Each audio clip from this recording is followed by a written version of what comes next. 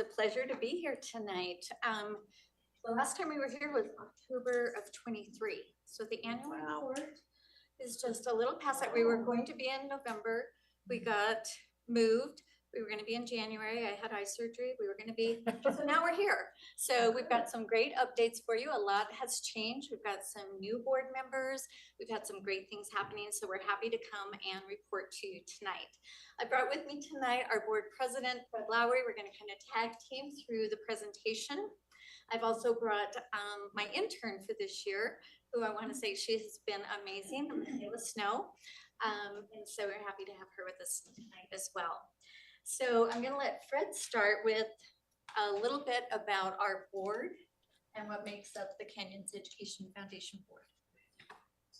And I hope that you'll all give Michaela a big pat on the back, because she's been amazing in helping the board and helping Denise. And it is a privilege to be able to serve on the Canyons Education Foundation. I look at all the different assignments I have. This is like you're making a difference. And the reason why, it's not only because of what an amazing district we have and the students and things, but the board and the people that are engaged with wanting to help this district is really quite incredible. You know, this is our executive board. Quinn Sperry's here. So Quinn, glad to have you here. And of course, Amanda Morton and Brad Snow and Landon Bradfield. But then if you scroll, we have 27 members on the board right now that are really engaged. I think of the years that I've been on the board, this is the most engaged board that we have. And what's exciting is that we have some great interest with the Innovation Center coming about. We've got great business leaders that are showing interest in wanting to help support the foundation. And we're looking forward to having some additional members be a part of the board. And so with this board, we can talk about some of the great things that we've been able to do. If you go to the next slide, Denise, maybe you talk about the financials first, and then we can talk about some of the fundraising things that we've been doing. I'd love to. And I also want to thank Katie for being on the ex officio member as the Board of Education member on the board. We love having you as part of that and being part of our foundation board. It's always exciting when we have our foundation board meetings and we have a full group that shows up and are engaged. They're either on the phone or they're there in person, and we really love the impact that they're having. So I think with that, we appreciate the support from the board that you support these events. There is one thing though, Katie, it would be helpful if you wore Birkenstocks at the meetings, because it's just not the same. You always had the Birkenstocks. I'll work on it. I got a couple pairs, so. So I did include on board docs our financials, and this was just the most recent financials that we have. The main number I want you to kind of just take a look at right now is the total assets as of May 1st.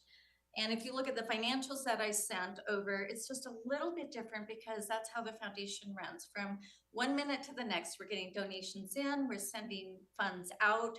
And so our actual total assets right now are $2,507,750. Just that is, we're very happy with that number. The way that we get donations in is cash donations come in through private donors, through our partnerships and advertising. This includes the banners and the bus advertising that you see. Those funds come in and allow the foundation to use those. Community and business partners, and then we also put out for grants to get in. So we have two types of funds that come in, the restricted and unrestricted. So if a donor says, I want this to go to Corner Canyon football program, then that's where that donation goes. If they wanted to go to Corner Canyon football program for Joe, no, we don't do that. We can say on behalf of Joe, he raised some funds, but donations do not go to a particular student or to a particular teacher. Teacher. It can go to a teacher's classroom or to a program. So unrestricted funds that come in, that's all of our fundraising dollars that come in, then we're able to use those for what is needed. A lot of our donations that come in are for family support. People want their donations to go for the students in need. So it will go for food and clothing, and things like that for McKinney-Vento students. So that's what we do with the restricted and unrestricted funds. We also have a couple of endowment accounts out there. The main endowment account, the 530,809, is the foundation endowment account that we add to every year. So we take 10% of our net profits from our fundraisers and add to the endowment. And that's so we can continue to sustain the programs that we're working on. So that has grown. And then we have a scholarship endowment fund. This one is for the Fairborn family. And that's $104,000. So if anybody wants to donate a certain amount of money, you can then put it into an endowment fund, use the interest to help pay for scholarships for other programs. We're going to have 2 more endowment funds that will be added, actually 3 more this next year. The Millerbergs are doing a donation for a scholarship to go on, and then also the Jorgensen will be going into an endowment fund. The other kind of donations we get in, we get a lot of in-kind donations in. So talking food, clothing, hygiene items, school supplies, cars, sewing machines. I mean, you name it, people want to donate it. So the one thing we ask for the schools, like if someone wants to donate a bicycle or a wheelchair to a school, and they want some sort of tax credit for that, we make sure that the principal sends us notification. We received this at the school. This is the value. They send it to us and we can log it in as an in-kind donation. The main reason that we ask the larger donations to come through the foundation is that we can give that contribution form to the person. So if they just give their money to a classroom project and they don't run it through us, tax time every year, I have people call me and say, but I gave. And I'm like, but you didn't come through us. And so through us, we're able to give you that contribution form. So that's why we kind of ask that through our district. You know, one of those in-kind donations, Denise, that I don't know if many of you saw were the Utah Jazz, the shoes that were donated. Did many of you see all those shoes that? Got hundreds of pairs of Wow. Donovan Mitchell shoes. Donovan Mitchell moved on, his shoes stayed. We got them. we have, it's so fun to see what's in our closet. You just never know. We've got a whole little storehouse down there. So we handle all of those that come through. So just, I wanted to let you know that. If you have any questions as we go along, please let us know. And I think now we'll kind of talk about how we get these donations in. So with the fundraising that we do, and we talk about all these in-kind donations, the value on that is incredible. And I want to compliment Denise on the way that she finds different ways to get things for that resource closet. I mean, I think it's through her connections that the Jazz donated those shoes. And she does a great job on all of that. One of the things that she maximizes is the Donors Choose program. I think it's close to 800,000, but that's through matching. So it's almost about 400 and something thousand that we've done, but with the matching those funds that Denise always stays on top of that, it really helps. Of course, we have our gala that I think some of you participated in. We raised about 90,000 this year, and that was without even doing the silent auction, which was amazing. That was a record for us in the amount that we raised. Of course, we have our golf tournament every September, and that is a fun event. We have our fun run that we had last year. Next, this coming Saturday, we have a pickleball tournament, and we're interested to see how that will come about. Also, with the donation drives that we do, we have the back to school events and the day of service donation drives. The other thing that's been helpful with those, and Jeff, I think you've been very helpful with those too, is we've gotten some TV spots with that to be able to promote pace scholarships and different things like that have been very helpful. Then of course there's also the Gathering for Good and the holiday donations. And, how many gift cards do we give out at Christmas time?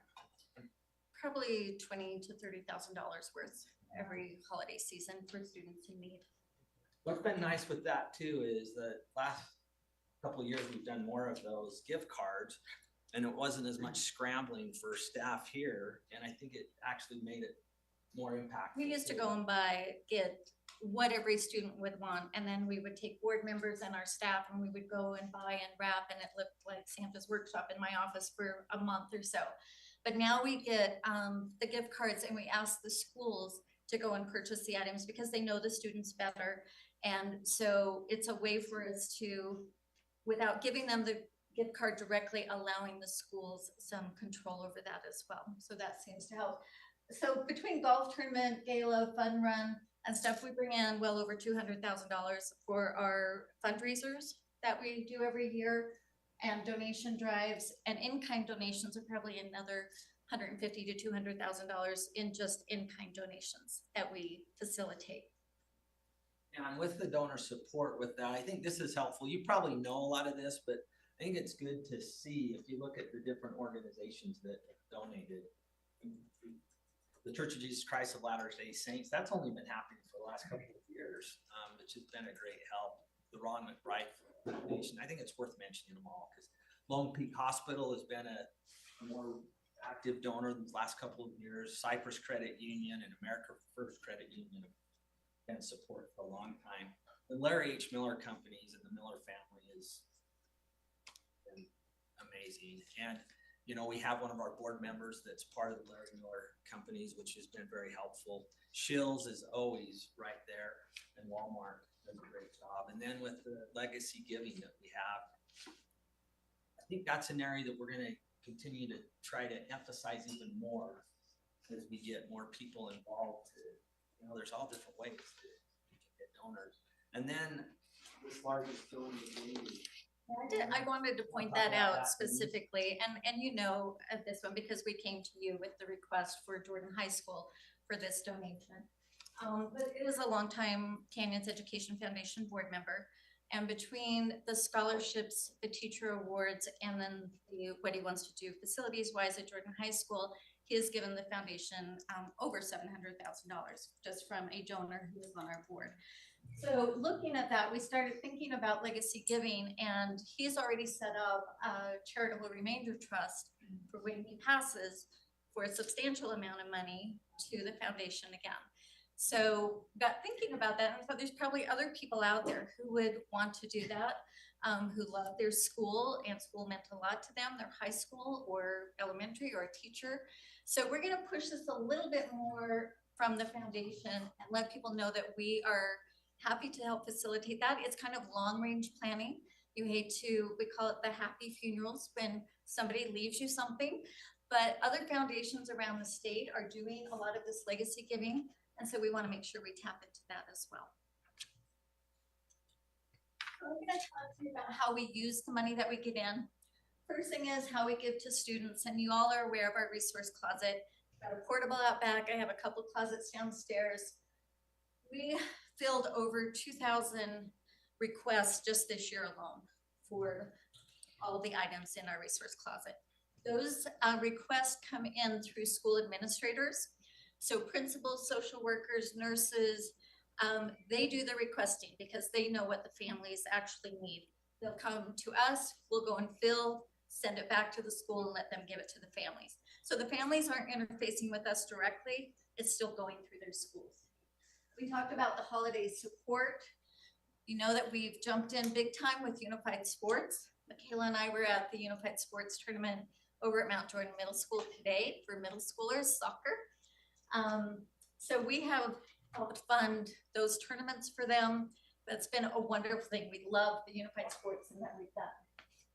We always help with our McKinney Benton students. Whatever they reach out to us, we will help them however we can. We always make sure that they do a fun back to school night, which we fund. Utah College Application Month is not as big as it used to be because Utah colleges are now covering a lot of that, but we never want that to be a barrier for students, so we will pick it up. This next one is one that has increased dramatically over the years, and that is scholarships. So we changed our Bright Star and Rising Star to Canyon Strong scholarships. We felt like that better embodied the spirit of what we were doing. So this year we gave a Canyon Strong scholarship to every high school for one of their seniors, as well as Entrada, Diamond Ridge. Then we have our ACE scholarships, which are for employees. We also give one to a student. That's a $5,000 scholarship to become a teacher. But the bottom line is where we facilitate that number. When even like when I last presented, I looked at my numbers, it was around 53,000. We now facilitate over $100,000 in scholarships. So these are private donors who ask us, they give the money to us, we send out the letters, we do the certificates, we do all the awarding. So that's been a big kind of add-on to us, but making sure that those scholarships get handled. And then we also have a lot of people who want to help with lunch debt, but rather than going into the schools, they send it to us. I work with Sebastian, and we help handle school lunch debt around the district. So that's how we're helping our students. And I'll let Fred talk about how we give to our educators. You know, I love the mission of the Educational Foundation. I know it sounds like an elevator speech, but you know, as you all know, it's about enhancing the educational experience for the students and the teachers. And what we do to help these teachers, I think is amazing.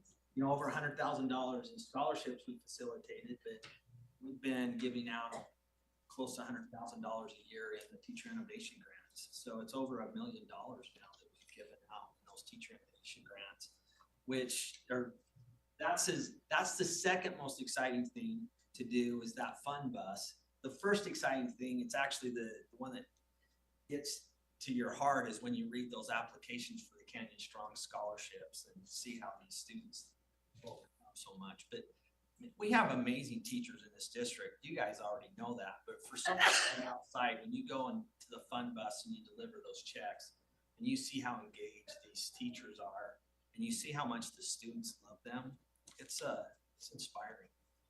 And so the teacher innovation grants, one of the ways that we help the donors choose. We talked about how we've had those matching funds.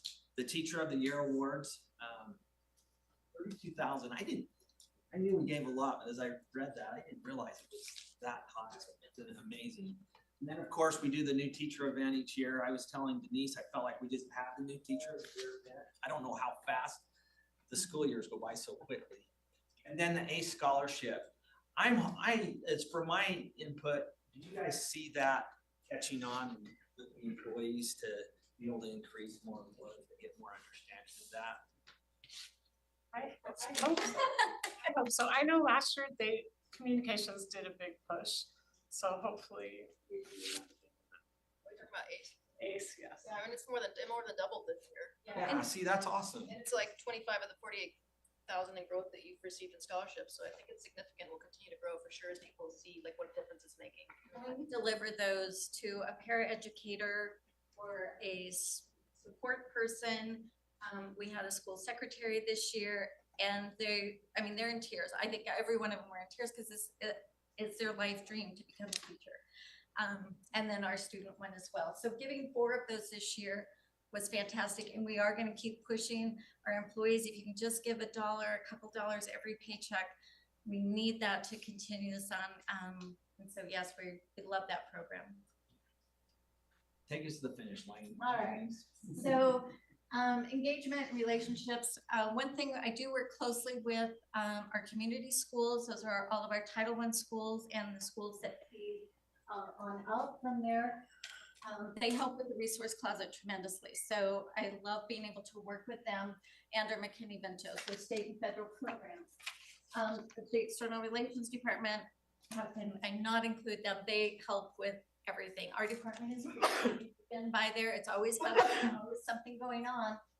But they help the foundation, our podcast and our social media posts and doing articles and helping us get the communications out. Again, I said we work with state and federal programs, student support services. Brian's here. We've helped with mental health initiatives for them, nursing. We've done some things with nursing, special education, of course, unified sports, and we help where we can in other departments. And then our main goal is to continue to engage the business and community and let them know about Canyon Foundation and how they can support the schools in their community. A quick update here. There's been some rumblings about making sure everything is transparent and out. So we make sure that our board has the required trainings by the state We do Opens Meeting Act, the governmental nonprofit board member training. So we ask all of our board members to do that. All of our agendas, minutes, and recordings are on the Canyons Education Foundation website, as well as the public notice state website. So we are trying to be transparent and let everyone know what we talk about in our meetings, what we have. So this is kind of better about that, making sure that happens.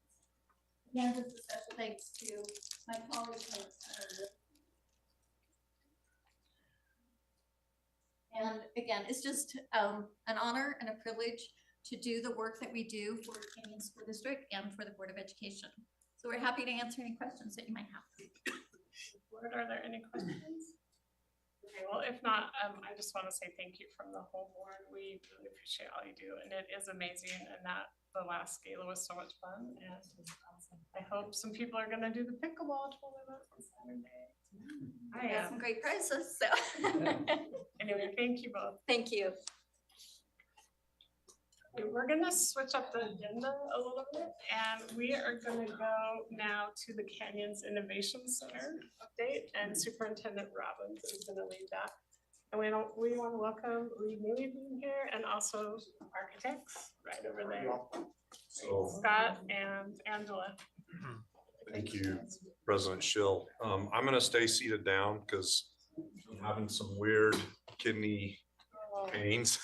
So if I have to get up and run out of here into the hospital, hope you guys know where I'm. Drinking water. I'm drinking water. I'm not Drinking water. Diet Coke. I'll verify.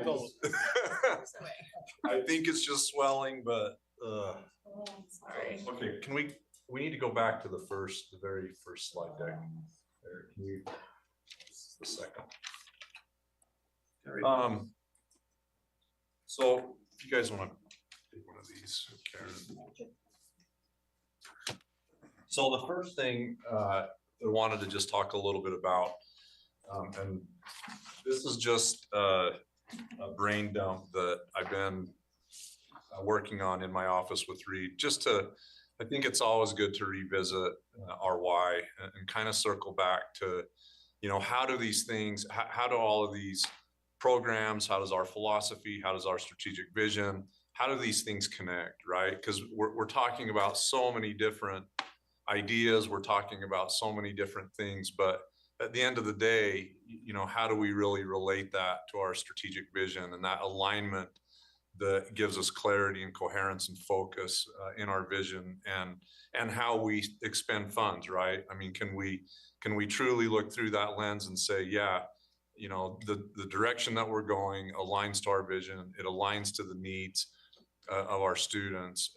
And so that brings that clarity and that coherence instead of, kind of getting lost in the weeds, which, as we know, right, sometimes can be easy to do because there's so many needs, there's so many competing agendas and needs and wants.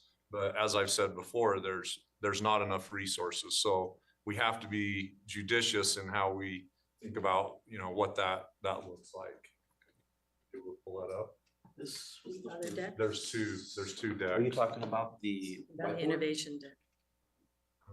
No, this? that's what I just gave him. It's This one? It's this guy right here. April the 15th. Give me one It's second. on board docs. It is on Word docs. You can't I get it. don't know that I got it, so let me get to. Second. So 2 parts. The first slide deck is from our April 15th planning session. And we'll kind of walk through some of the process there and some of the things that we're still talking about and planning. And then also we'll look at the process that we went through to develop some of the renderings and spaces. So I think it's important that we get the full board caught up there. And just also want to tell Angela and Scott, MHTN and Reed, our whole team, just thank you for their great work and just continuing to kind of hone us in on our priorities is really, what this is about. After April 15th. So, So, oh, this one right here. Sorry, I didn't mean to yell. No, you're good. You're good. You're good. Yeah. Second. Let's see. So we're going to get back to Should this. be able to. We're going to get back to this brain dump and how that relates, but let's jump right into this. And we'll fly high on this. We're not gonna take a lot of time in it. You can go back and look at it. But I want to get this out to you all as a reference point. And then another recommendation might be to do, so that we really have time to dig deeper, would be a full roundtable, maybe in the summer, June or July. We have one already roundtable scheduled? Scheduled for the first Oh, meeting so, in okay. June. Perfect, okay. If we need another one, we can always add. Cindy's gonna send it to me. Because for whatever reason, the clicker's not working with. I can just, If you wanna just tell me to go. I can run it on. Show me what. Sure.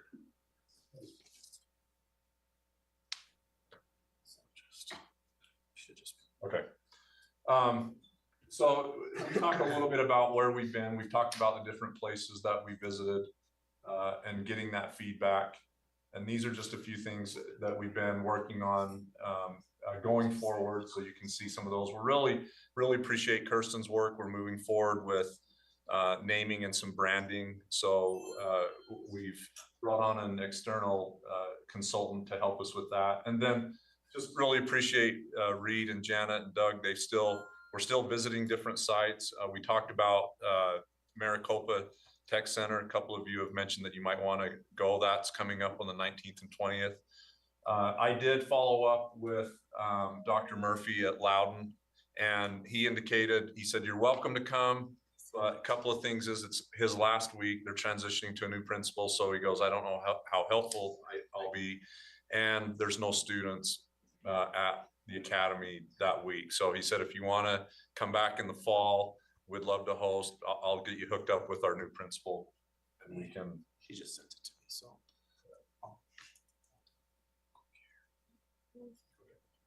Hey, Rick, can I just say something?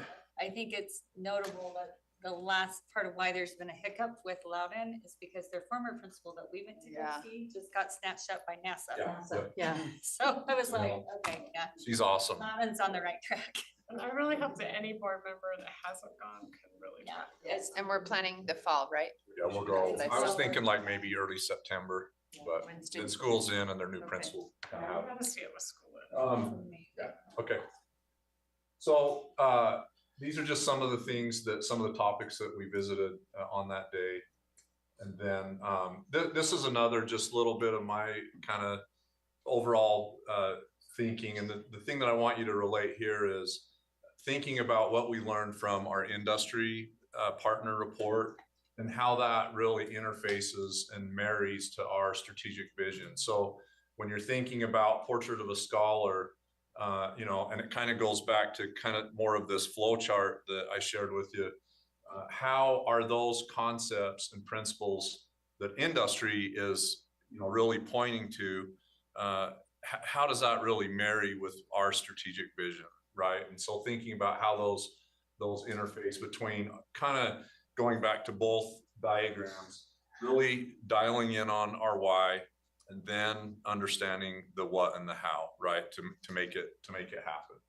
And then you can see just I talk a little bit about our culture and our narrative and the story that will be told at the Innovation Center and everybody that we talk to. And I think it goes without saying we understand the level of what we're talking about here and the opportunity and time to do something so special that it really is going to revolutionize and change education and the landscape in Utah and in our country. So this is one thing that has moved forward and we're excited about this. So we're finally to a place where we're talking about clusters and programming, which is very exciting, right? But this work, as we know, the devil's really going to be in the details and is not going to be easy. Right. I don't think we set out to be easy. We set out to, measure ourselves against the best, just like Kennedy said in his moon speech. And that's what it's going to take, because many of these programs already exist in our high schools. Some of them are already housed at CTech. But how do we really build that runway and that articulation to give our students the very best opportunity to, one, experience high school and their high school credits and matriculating forward, but at the same time gaining all the valuable skills necessary to really compete in industry even as soon as high school. I mean, we saw with our junior women in business, I mean, these kids are amazing, right?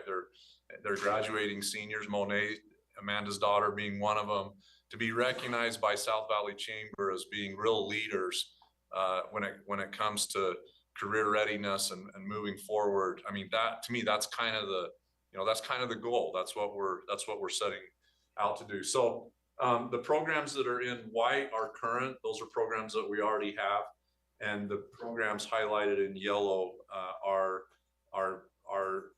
being proposed at the Innovation Center. So you can kind of go through and you can see how we've looked at the structure and these clusters. And the exciting part about this too is, as we're thinking about those spaces, I love how Reed talks a lot about collision points, right?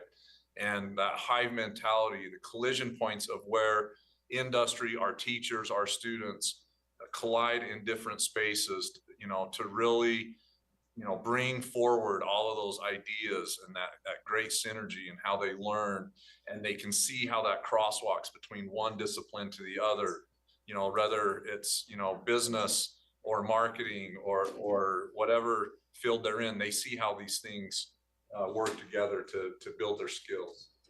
So we talked a little bit about what that might look like, right? These are just some high level drawings. You can see the trades building down here on the outside, and then this is the first floor. We did this activity in different groups. I know it's hard to read any of the titles. We can talk about those in a minute. And we've also been doing some cost analysis, right? Of really, Leon's been great at trying to just, with MHTN, projecting what some of those estimated costs are with some of those programs.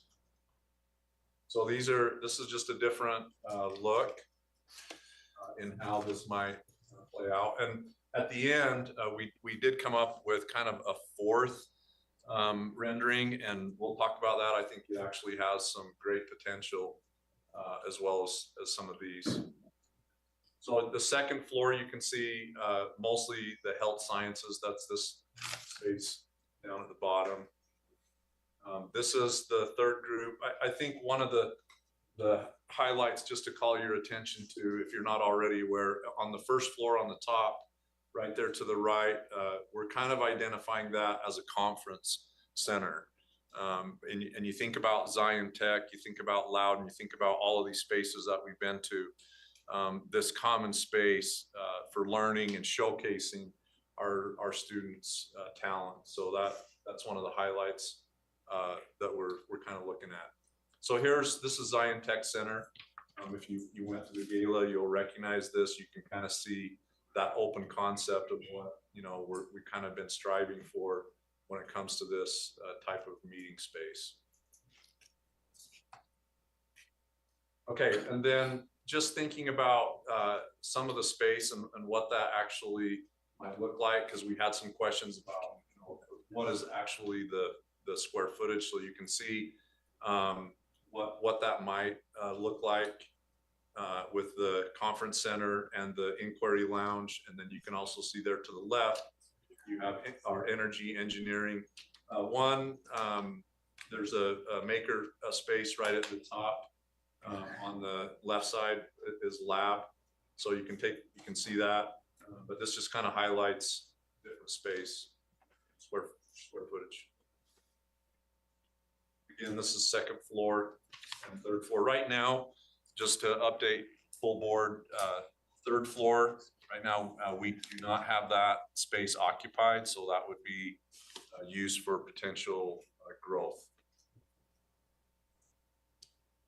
So again, just looking at what the conference space might look like. So we were talking about hosting up to approximately 280 occupants. So that's an actual view of what that space might look like at the Innovation Center.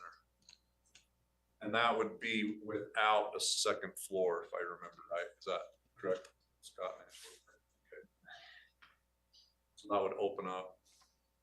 And you can see it'd be video walls, high technology capability. So to host different conferences and different setups. You can also see the partition there. I'm guessing that probably mobile. Right, would be it. Again, this is the first floor. So you can see the large conference room, that's the motors room. That's where we've been meeting, just to give you a point of reference.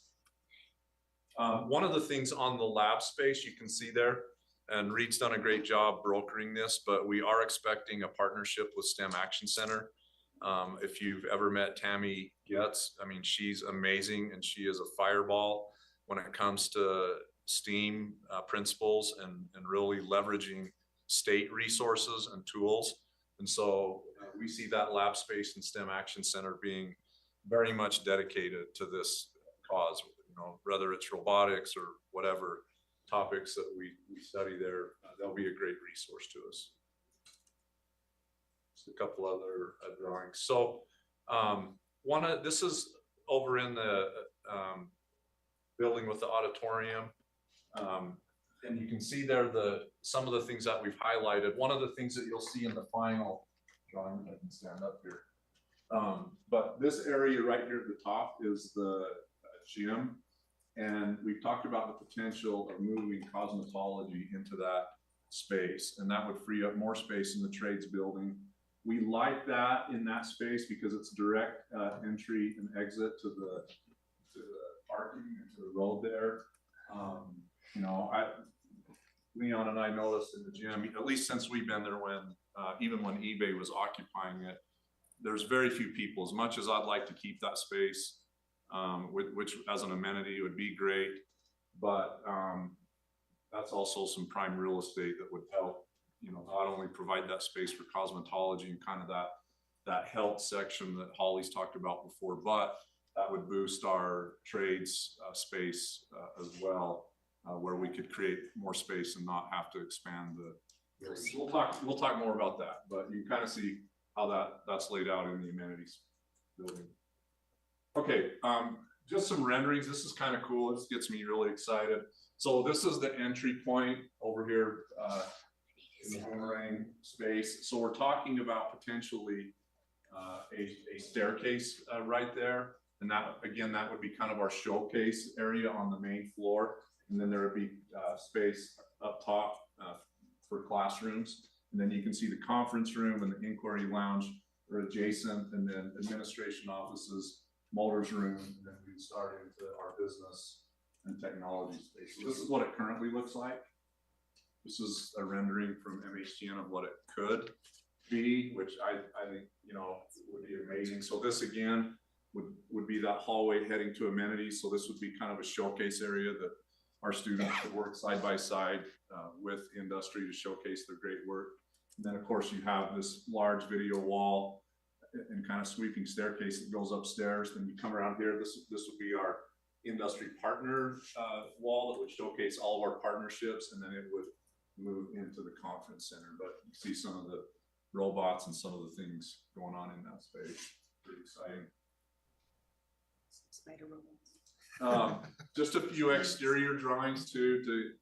I think it's just super exciting to think about. So again, this is the entry that we just looked at. But you can kind of see this open tight column area that would allow just for more light. But you can see some of the retrofitting and just updating the facade on the outside. This is another look at it. You can see kids working with drones out in that courtyard area. This was an interesting discussion in our planning session. So this is just a first high level look at the trades building. So we all had different opinions. That some said that, you know, I won't repeat everything that was said about it, but I love the innovation and just the space. I kind of thought, man, it'd be kind of like the zoo. You're on display while you're, you know, doing stuff, and if any like piece of metal flew or something, that might cause a little bit of damage, but sort of that. Very high tech, interesting. It never happens, so yeah. But it's exciting to kind of see some ideas. You know, whether we land on anything like that, I love just the feeling and the tone that it's kind of setting. One thing that says to me that, you know, if I'm a trade student, is that we really value that great work that they do. But we also need to really think about what does that look like 5 years from now, 10 years from now? What will AI and technology do that, you know, may change those industries? How do we build out flexible spaces so that as it changes, it doesn't become a dinosaur and become extinct, right? So these are all great ideas. Again, this is at the front. Okay, so this last part, if we can go to that other slide deck real quick. A couple of things that I asked Reed and Angela to talk about. One of the things that's important to us is getting feedback from our CTEC teachers. And so just for a couple of minutes, I asked them to just talk about a couple of things. One, input from our CTEC teachers. Two, program sizing. So we do need to think about sooner than later, you know, is the numbers in the space right? And we'll show you some of that. And is it going to require more than one FTE in some of those spaces? I think we want to be very thoughtful about what that might look like. So I'll turn it over to them for just a few minutes, and then we'll wrap it up with the questions. Any questions on, or do you want to do questions on that first section? Or do you want to finish this up? And then Maybe let's finish it up. Is that okay? Yeah, let's finish up all together then. All right. I'll go first, and then Angela can get to some of the architectural and some of the feedback. It's automatically like changing. Sorry, Cindy. Talk We fast. planned that. I want to speed it up. I'm not generally that quick. Currently. I had you pass around a little flyer so I don't forget it. That's our entrepreneurial showcase happening Thursday at CTEC. So if you can make that, that'd be great. I just came from sitting today with 7 students out in Blue Valley CAPS, all randomly selected, but all uniquely. I think it stops so you can drive it. Oh, I don't need it. I don't need that. Okay. We'll let Angela do that. Thank you. But all uniquely prepared to be entrepreneurs. Then last night we sat at their culminating event, 10 students, all the same. So my point on that is, with the feedback we're getting, you know, I went over and sat with Nathan, appreciate him being here, our home construction teacher. And he introduced me to Dylan German. Graduated last year. He's already an entrepreneur. He's got his business plan. He's got a great marketing strategy. I'll show you at our next planning meeting. Didn't want to take the time, but the things he's talking is the same thing these students last night and today are talking the Blue Valley. I'm so jacked, if I could say that, in about this opportunity, because it's like the superintendent said, his vision with your vision and support, we're going to make this something, and it's coming, and it's going to be great. You know, I brought a guy, an acquaintance, Terry Thorne. He's the producer of Rugrats. He produced the first 65 episodes of The Simpsons. We had him out for an industry thing and met with our animation teacher up at CTEC, and then took him around the district. This is some of his stuff if you want to just glance at it. I showed him the center, and he was so pumped. And everybody I taken in there, has been so excited. And here's our industry professionals. We got the junior achievement. I'm meeting with them this week. The superintendent's already laid the groundwork there. We had the CEO of AltaView out, and they're all so excited. We went to BD the other day with Doug and kind of set up an internship, laid the groundwork for that, as well as their input. They want to have more influx into our curriculum, which is a great opportunity, whether it be modular or whatever. Justin was with us with Terry. That was awesome, wasn't it? It was a great time. Yeah, and So we included everyone in that, and, you know, we've got great input. Terry wants to be a partner. Superintendent, you were. Well, one of the things that I just was so impressed with him is he talked a lot about, and his company's Wonders Media, and they really want to get in the public sector with schools, and they're really focused, obviously they're focused on animation, right? But the thing that struck me the most, and I don't know anything about animation, never studied it. I couldn't draw, you know, a stick house if I wanted to. But he talked a lot about. He's good on a whiteboard. The key, what was fascinating, he said the key to animation, to audio video production, is not the actual technical side of it. It's important, obviously, but he talked about writing, and he talked about music, and he talked about voiceover and character development. We had Emma Moss. Yeah, I mean, and Jonathan from Dr. Amber's group there, and they gave great input. I think they enjoyed that. I don't know if they reported back to you, but so it's really coming together is the point. That the industry influence, you know, I know the board's talked a lot about how we're going to infuse that entrepreneurial spirit and skill building. You know, it goes right along with the 5 pillars of the portrait of a graduate that you've already established. You know, I really see that meshing together well. That the entrepreneurial aspect of it, Doug's working on some things in terms of specific directive and direction, training with teachers. They've already laid some of that groundwork, but we're going to continue to flesh that out. But like the superintendent talked about, the real focus has been our clustering and strands of programming. All these people we take through the center, they're just so excited to jump in and be partners. And we're going to get that right and continue to produce Dillons on a large scale. But so this is getting real solid, real quick. So hopefully, if you've got any input, I'd be happy to take that. But, you know, our medical professions, our, design, our emerging tech pathways, it's going to work real nice with the center. You know, one thing that we've come back, I haven't really heard there's any limitation on resources, Leon. That was a revelation from the superintendent tonight. But you know, we've got some contingency plans.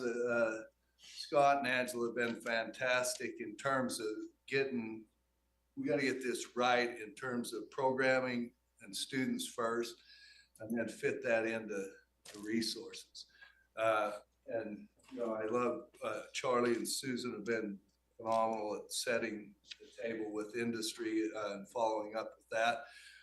Kirsten and her department, everything's working really well together, and we appreciate all your support. So any questions about specifics on that? I know I covered a lot of things. I bounced around really. Go ahead. So my question is this, actually, I've been thinking about this as I've been researching more with AI and where it's going and education. Yeah. And I know we've had conversations like we have large waiting lists for certain subjects, and we expand it. I really would love before our next roundtable discussion, I don't know who could do this, but if we could have someone do some research on our current CTEC programs and what industries they are predicting will be made obsolete in the next 10 to 20 years or drastically changed in terms of humans and how they interact. Like I really want to make sure whatever we're strongly supporting in this, that we have an eye to the future of the kids being able to come up and really have a job where they're meaningfully employed in a world where a lot of things are being made obsolete all over the place. Does that make sense? Yeah, I think that's critical. We've tried to focus on the 5 to 7 strands that are the most in demand. You do. I was talking with the Blue Valley people today. You plug in most of the professions, and one of the top ones is like childcare and early childhood care. So I think we have to continue to do that, but yeah, we can certainly do that. You know, the hard numbers on our waiting list, I was looking at them tonight. You know, we have 91, for instance, our top waiting list is 91 in CNA, right? So you say, you know, we have 59 in MA, medical assisting. Well, you know, that's like, wow, we better get more CNA, we better get more MA. But, you know, some of those are limited by the externships and the clinical hours that we can provide. And it's a balance with exactly what you're saying, market. And what can we do in terms of, you know, there's certainly demand, but we've got to be able to scale that at a level that we can support in terms of the market. You know, Well, and I think to your point, like, no matter what comes out of that research, I think it will be useful for us moving forward in understanding how we approach each of those areas, right? I mean, if we understand what's coming, then maybe that's a good time for us to address at the CTEC level or other levels, how we're going to adapt those courses to make sure that the kids are ready. I mean, it's here, it's taking over so many different industries already. It's a great point, you know, Amber's group has been so great. You know, I've met with Emma. Her and Jonathan are kind of spearheading their AI development. And so Christy Yamada at the state has kind of agreed to support us in piloting that. And we're on a kind of trying to get a fast track going, and really appreciate the work they've done in curriculum to this point. And then, you know, we've got to introduce that. My goal is by the time we open in 27 to have AI not only as a standalone, but then morph it into every strand area. Yes, for sure. So how does AI influence, you know, the health profession? So that also, I think, you know, thinking about one, really leaning forward with curriculum, but also thinking about leaning forward with structural modification. I mean, I think we want to build in the ability that, you know what I'm saying, that in 5 years or 10 years, we're not stuck with space that we went, oh man, if we just had thought forward enough that we build it out that way. Yeah. So I think there's to your point, Amanda, is that we have a very adaptable projection over there. And, you know, when you look at the trades, for instance, you know, we're going to put a hard structure in there that services the trades. Well, there's always going to be jobs in the trades. Now, you know, the building can, you know, do a little roller coastering, but there's always going to be, you know, you've got to remodel, you've got to redo. And so everything we're doing has, I think, a substantial research base to it. We can always try to project out further. You know, it's like 10 years ago, you know, I remember getting the data from the Gardner group at the U on population dynamics and what it was going to do to school population. And I remember meeting in Davis with our people and saying, I don't know, we're kind of growing, but it's followed almost identically to their trend lines. And we were all a little suspect then, but it's so. Anyways, any other questions? Yeah, Katie.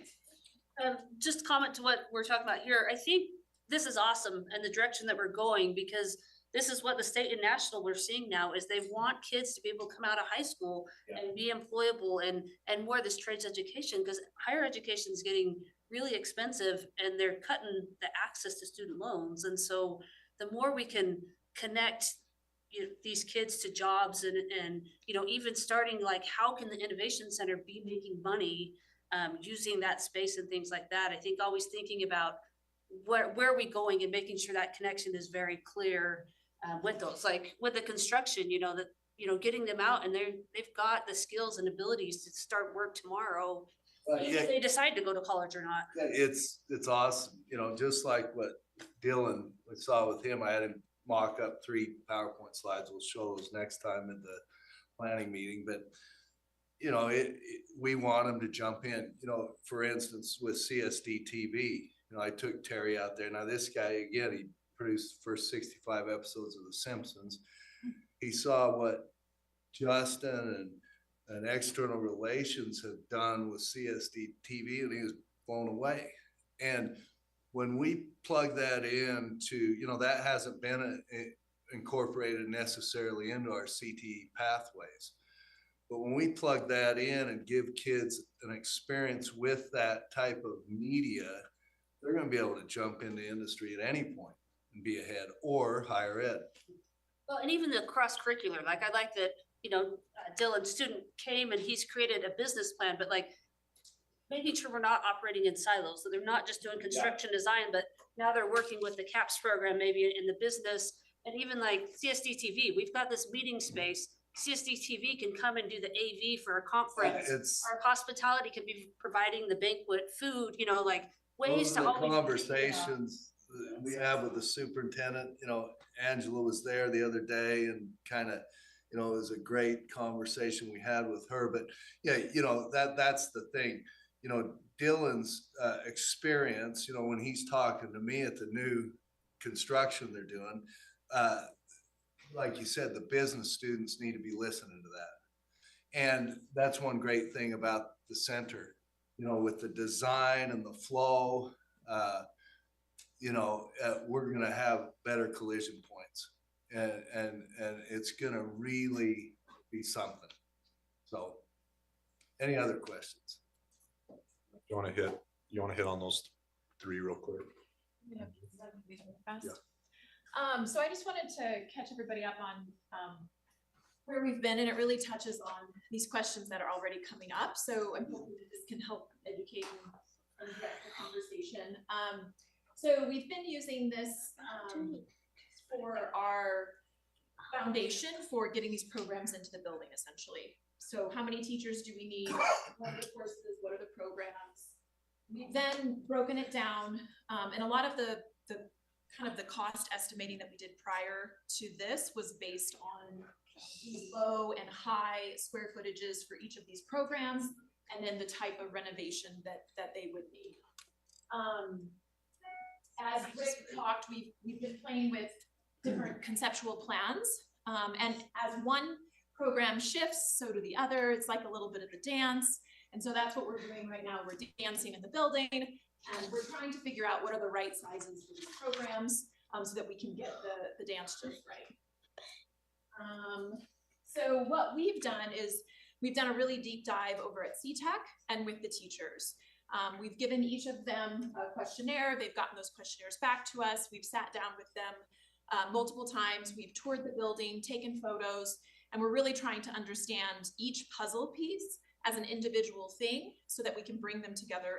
This is a critical component, you know, if I can just add, and MHTN has been great with this in that, you know, these teachers are going to come and go possibly as we all do, but they have unique insight in terms of what, you know, the ideal would be. You only get one chance at that usually in your career, and they're taking a good shot at it, and we want to accommodate that. Just like I said, coming from Blue Valley, no, this was somewhere else I've been recently, can't remember the place, but the teacher told me that they were very involved in the process of setting it up. So Angela and Scott and MHTN has been great on that. Yeah, and that's a good point. That's also why we're doing so many site visits.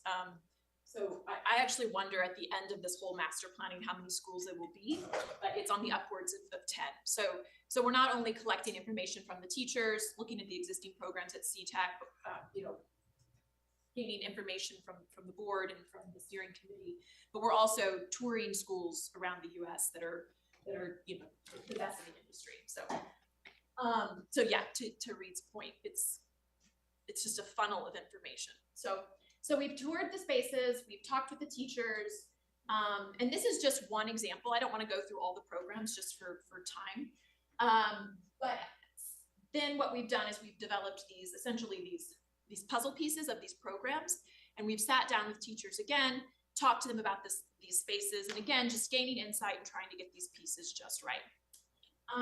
In the process of doing that, we did notice that there's more information that we would like to receive from the board on what is the right size. So we need a right sizing, but also a little bit of a direction on where all of these programs go. So when it comes to the trades, we've noticed that currently there is the question, are these going to be a 1-teacher program or a 2-teacher program? Are we going to keep them the size that they currently are at CTEC? There's a waiting list.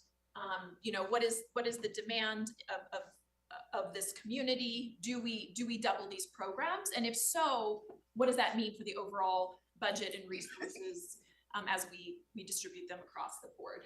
I just want to emphasize that this is a question we need as a board to kind of try to decide, because we are going to go out for an RFP, and they need to know, like, are we going to add it to, and all the trades do have waiting lists. I'm just reminding. Yeah, and I'm almost done, and we can discuss it all great. through these last ones. So we've checked the programs. We've drawn up essentially what would work for a single teacher, the program not doubling essentially. But then in talking with the teachers, they have this wonderful vision for doubling the programs because there is a waiting list, right? And so the spaces that they are requesting and requiring and validating, it's larger than what we initially had put into that trades building. Now, as architects, we're constantly, so that was construction. We talked a little bit about this, you know, are we doing the larger truck bays or the smaller? Trying to get direction on that can really impact the size. And then with welding, again, do we double the program or do we keep it essentially how it is? And again, these were discussions that we had with the teachers and the space that they would require to double that.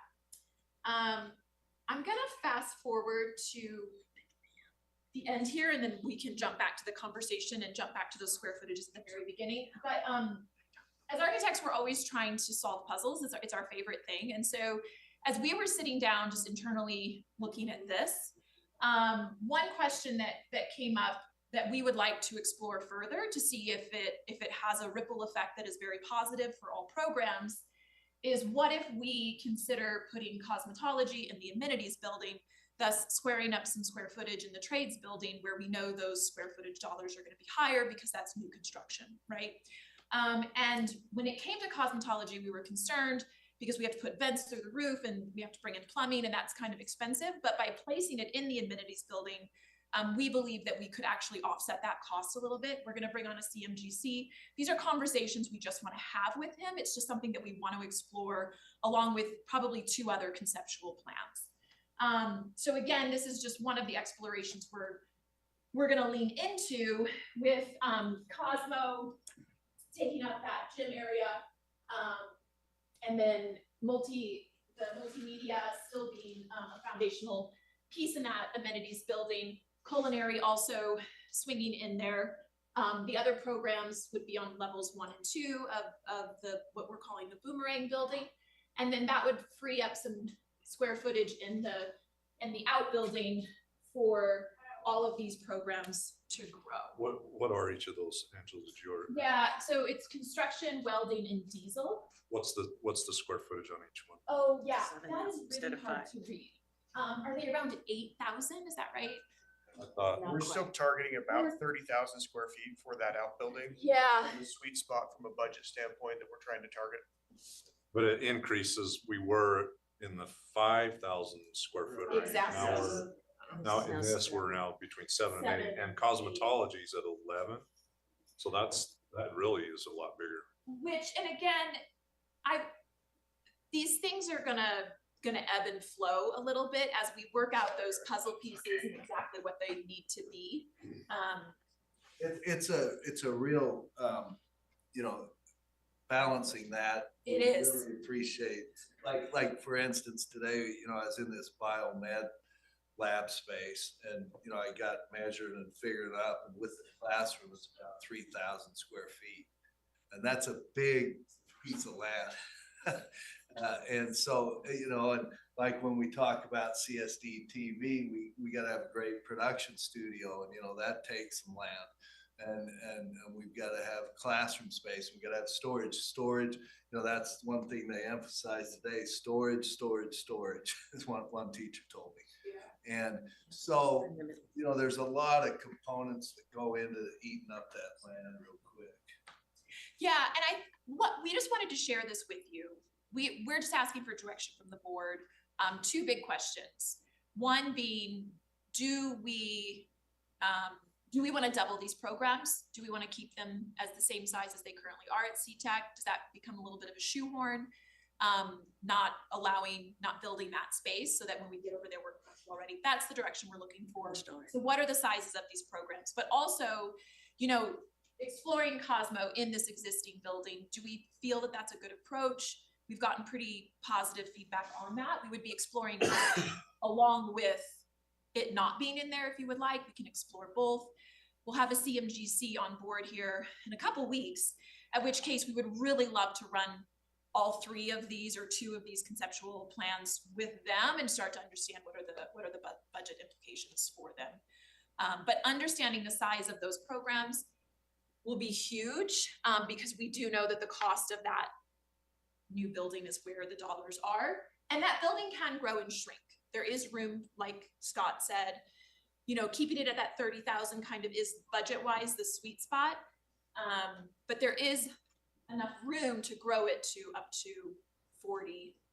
But again, how does that work with budget? So that's where we just are. a comment on that, Angela, Kennett, and Scott. So thinking about kind of going back to Amanda's point, can we look at some of the, maybe what's out there with what other districts and what the research says about future programs in the trades like this, and how are those spaces being developed so that they can accommodate the future? For example, I mean, is that space, I mean, does that mean maybe those walls are flexible? Does it create, I don't know what that does for the infrastructure when it comes to power and water and everything else that maybe is necessary in that building to meet future needs. I mean, is that something that when we have our next roundtable, we can bring all that to the table and then make that decision? Or do you guys feel like you need that direction now? I just to jump in, I think that's for sure one of the principles we're always coming back to is that future flexibility. The existing building is fantastic. The raised access floors, the distribution of power, that lends itself to changes that could happen over the next 5 to 10 years. We can apply those same principles to the outbuilding and look at the ways that infrastructure is served to specific programs and how you can flex over time in kind of a left or right direction in this case, and still build in, you know, a day one program that could expand in the future. Also keep in mind that you've got 37 acres here, and not that say that you're going to put everything in this first puzzle piece or first project, but there's another parcel to the left here. There's, you know, 20 plus acres to the south. You could really grow into this site over the next 20 years easily. One other thing, sorry, go ahead, Katie. Oh, I was just gonna say too, I mean, to your point, I think with trades, what the research shows right now is most plumbing and heating and those kinds of companies, a lot of those owners are retiring in the next decade. And so there's gonna be this huge need for that, and that's something that's not gonna be taken over by AI, is a lot of this trade work. And so That's the research is showing there's gonna be, the demand is only increasing. And I know Dylan has talked about wanting to do, you know, more plumbing and electrician kind of apprenticeships. And so having that space, I think it's short-sighted to try to build it for what we have now, Yeah, especially where we already have the demand. I think we need to build I for the agree. growth of that. Yes.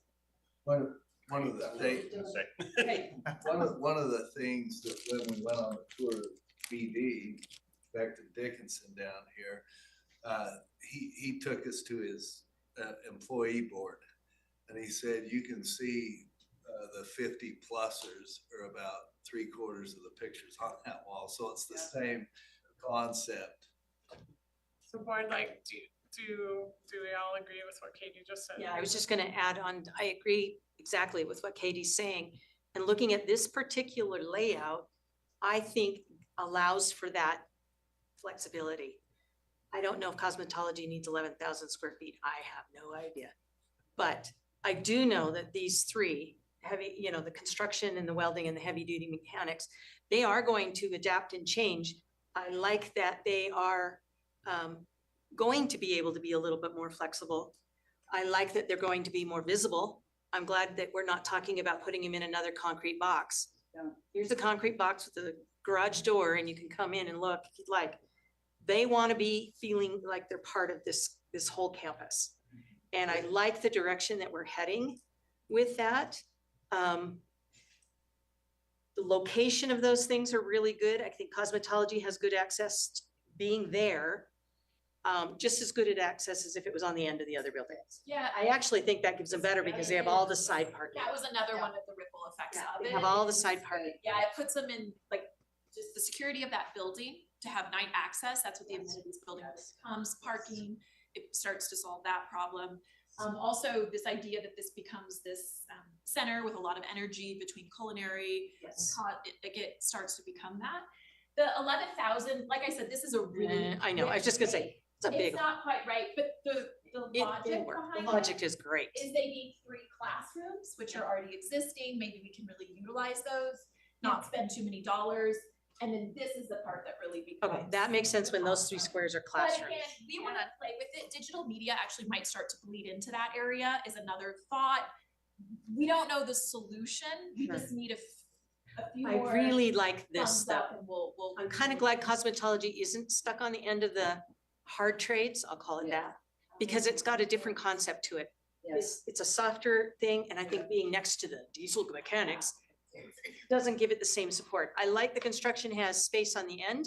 Yes. Because they're gonna have to be able to get in and out to make those mini shelters, mini homes that are the time of the future. And diesel's gonna be going electric, and I don't think gas is going away, obviously, so we're gonna have to branch that out. And with welding, we could also put a section in there with wiring, electrical, you know, the electrical, the heating, plumbing, those things can be combined between welding and construction. One of the things that, you know, we want the board to conceptualize and, you know, cosmetology, that, all those things fit the way you described it there, but also we really want to utilize this auditorium and the wraparound of CSD TV. We're going to be a media mecca. I'm just telling you. You can write that down. This, we, you know, it's right for explosion and kids love it. And the community is into it. You know, you talked about developing YouTube channels, podcasting, the entrepreneurial opportunities there of taking a Dylan Those two go in together. construction and saying, hey, come over here, we're gonna help you with a commercial, we're gonna put you at our fixed studio at a desk, do a YouTube short.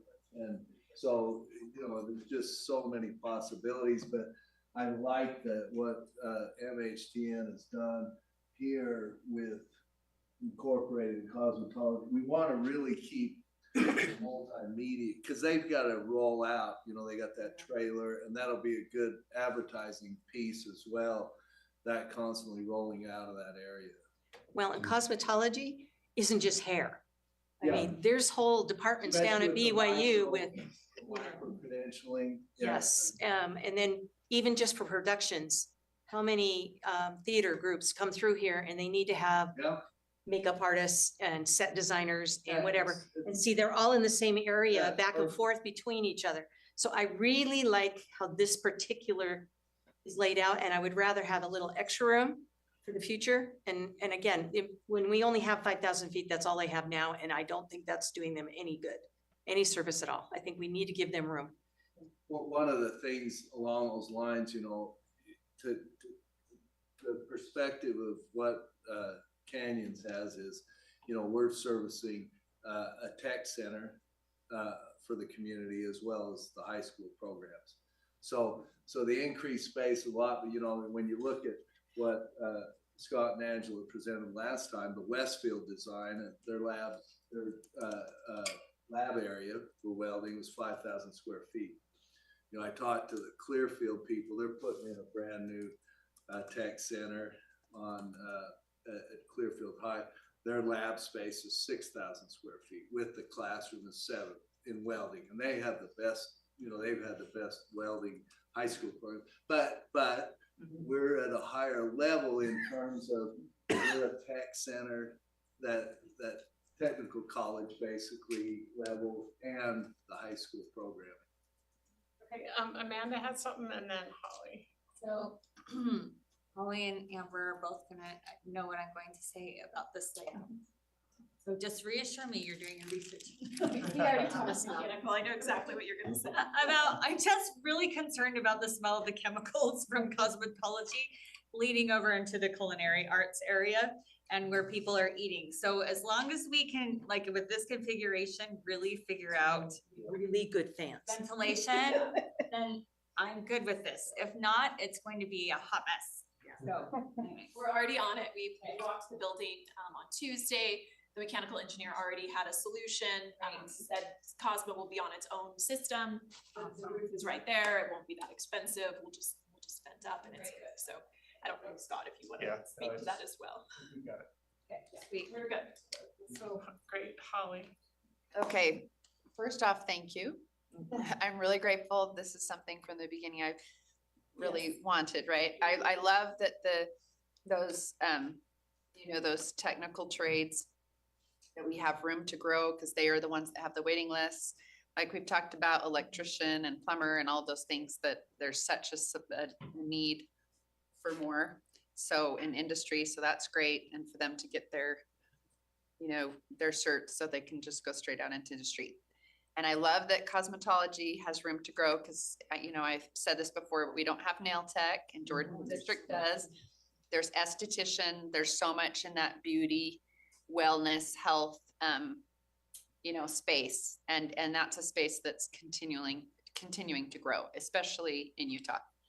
So the one thing I will say, just the one thing is when we were talking about also having the center to be an opportunity to not only host industry partners, reception area, a place that also possibly community can rent out. My first conceptual was that the culinary would be in a space that would like what did we call it before? We called it the trade, what was it called? What are you talking about, Holly? The space where things could be on display, but it's a bigger, larger space. Showcase, The showcase. So, just my one question is, do we feel like that area now, because it lends itself, if we have the culinary there and we're able to receive people and have that space where you can also kind of entertain industry partners and have like that, I just kind of think of it like a little trade center, like a little, I don't know, a little, an area to come and be able to show off and see and have this. It's one of The partner pavilion, thank you. That's what I was looking for. We'll do another layer. We want to get the educational programs in. Yes. And then we'll do another layer of those other 8 key spaces. What's still necessary? How do they fall in? Okay. So that'll be another layer. One of the things that, you just kind of have to take a lesson from everybody that's done it. When you go to these schools, there's not a ton of that happening during the school day. So you got to be careful with allocating space for something that's just going to be space. I told Katie that MHDN is going to work up some sketching of some of the ideas we went through with her on that. And, this is just unlimited, and it's going to be great. Katie. So just talking to Reed's, what we had talked about, I went out with my conference manager and walked with Reed and Susan as far as the multi-purpose space.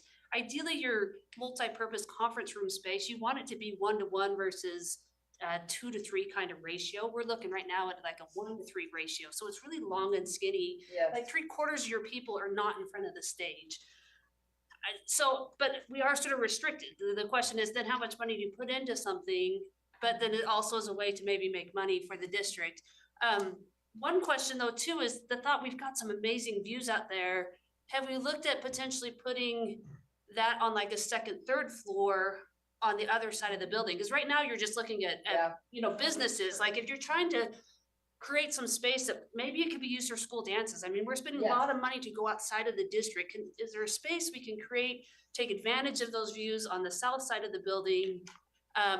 If we end up putting something on the third floor, now we've got people above a conference center space that might be making some noise. Is it better to raise that to a second, third floor, get some views? We talked about this with Katie, it's a tough balance because, you've got, and Scott and Angela and I have talked about, we've got to do something, we have to have this maker space. Yeah. It's key to developing an engineering program.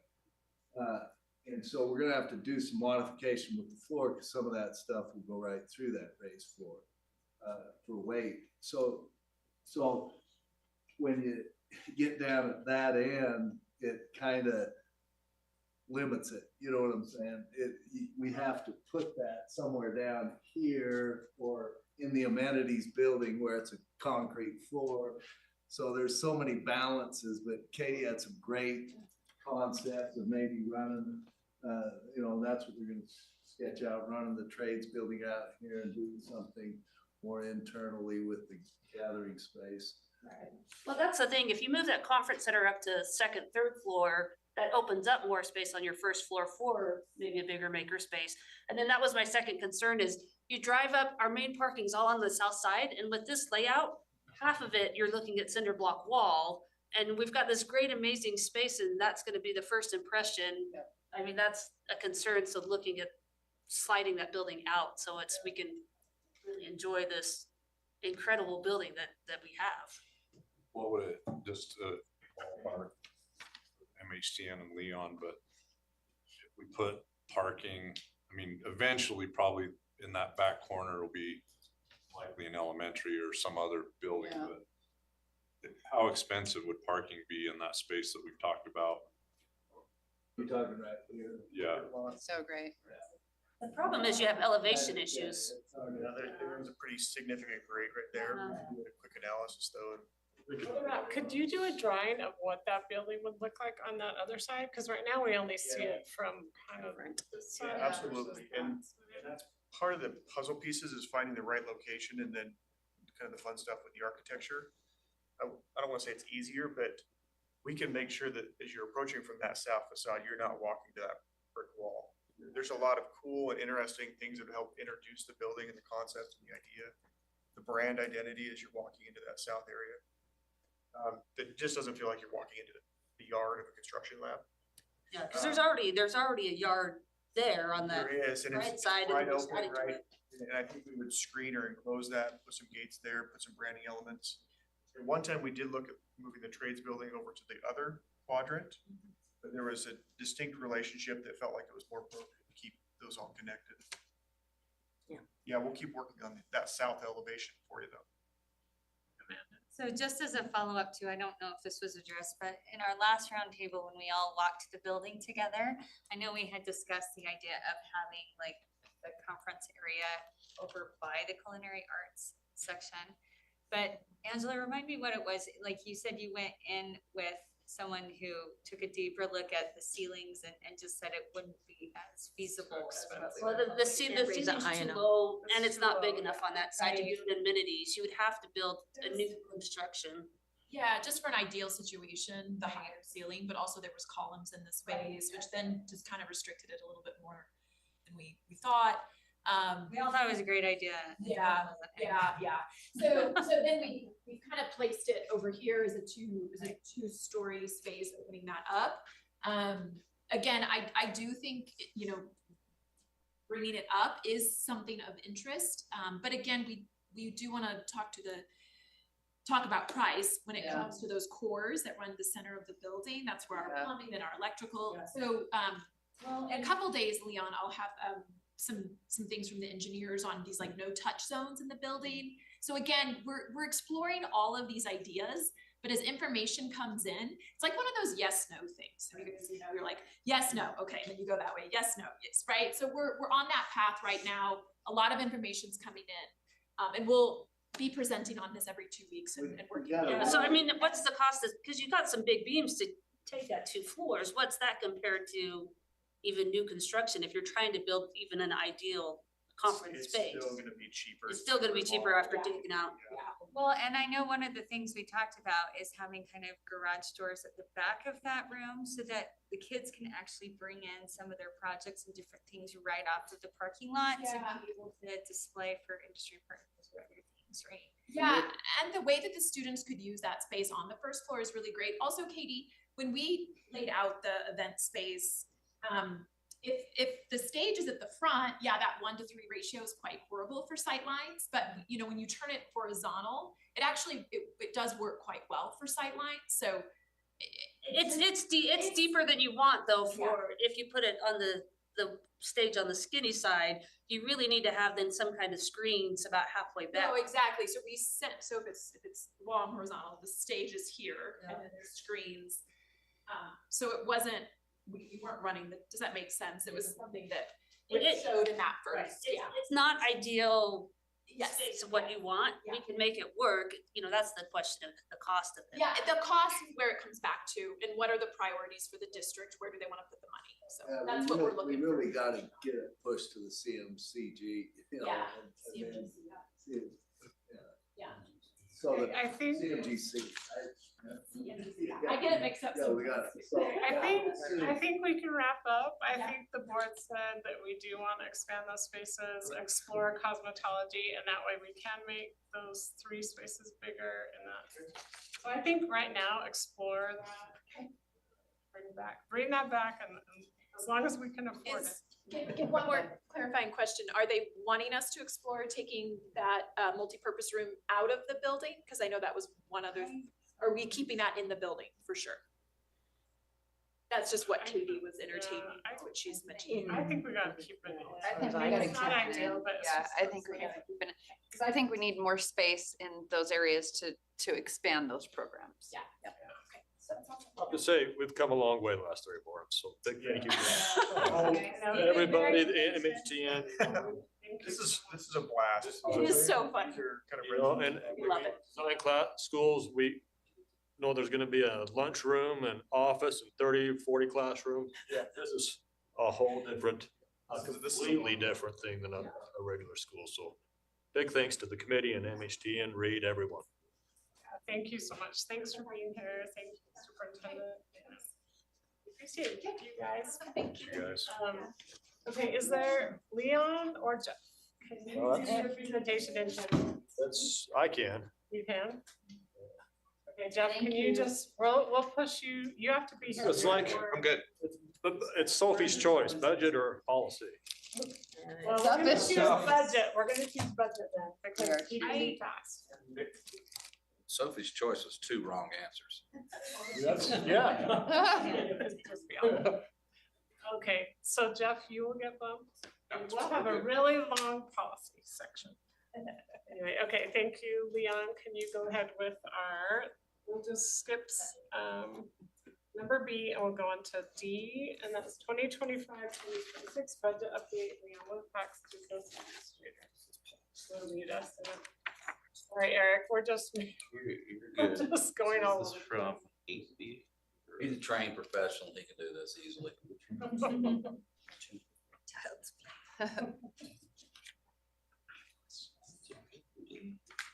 So excited to talk budget after a great discussion on the innovation center. We have come a long way. Really good. She brought it. So again, thank you to everyone. Had like 3 of them.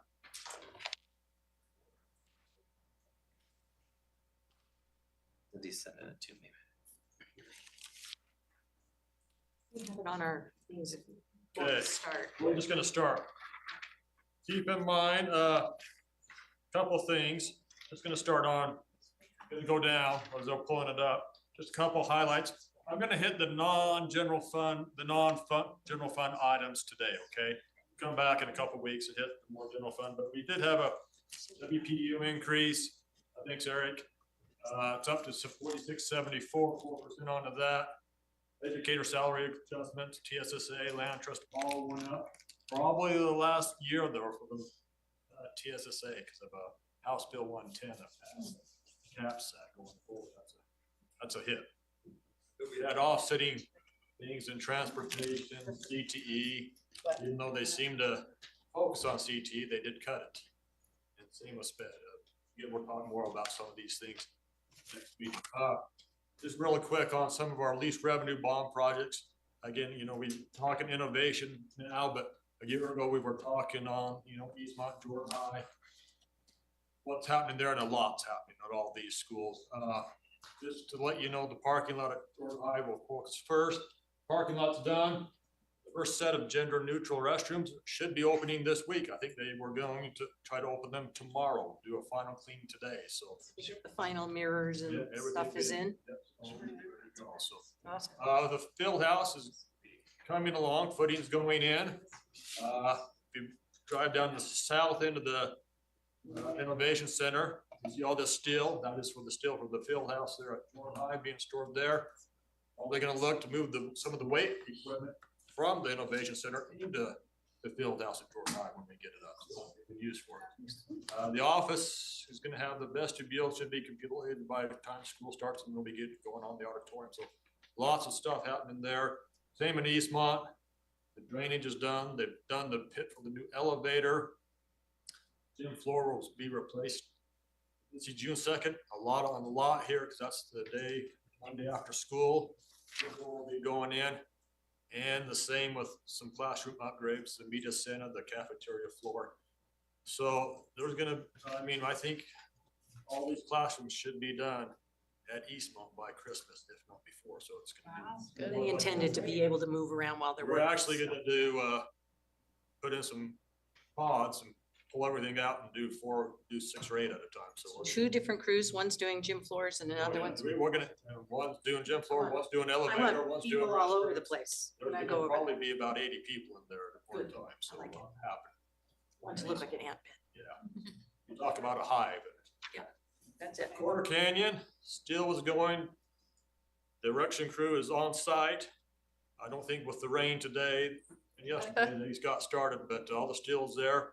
They should start putting it together and start be going up this week or next on that. Hopefully by October, November, the whole building's done. Soccer turf should be done by the time season starts here in July. So coming along there. Hillcrest coming along. They did what we call a perk chart. That's a ride in, ride out entry. The SEC had always been requesting that the last couple of years. It's in, but they're also doing subsurface on the track.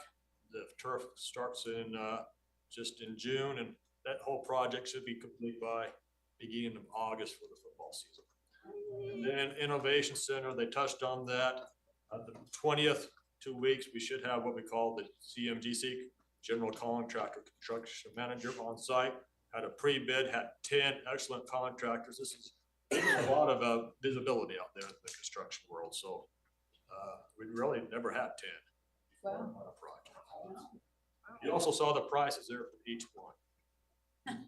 Some small, what we call small capital ones. Compared to all the other.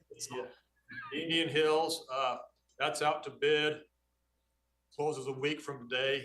We'll ask you to approve that on the 20th, depending on how everything goes. I may send you a ratification on that so the contractor can get some supplies ordered on that. If you ordered that, okay? The other ones, you can see them going down. You've already approved those in previous meetings. So again, June 2nd, big one on Sandy and the Brighton Teen Center. They're halfway done with the Altera irrigation and getting started on the water line at Copperview again. You really can't do that till school's up because we'll have to shut the water down. Did we, just backing up, Leon, did we get somebody to look at on the HVAC? Yeah, they're doing Sandy? Sandy, yeah. We got an engineer there. Here's some other ones, again, big closing on Jordan Valley Chiller, controls, and an Alta Terra faculty room upgrade.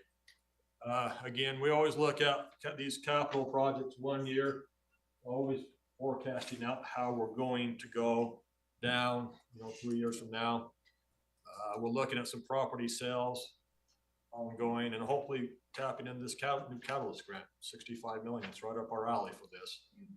And then making these lease revenue bond payments and ongoing maintenance, 5 million for these small capital projects each summer as we move. So again, I always have a little bit bigger balance down, but if we could keep it around that 10 million, that'd be helpful for us.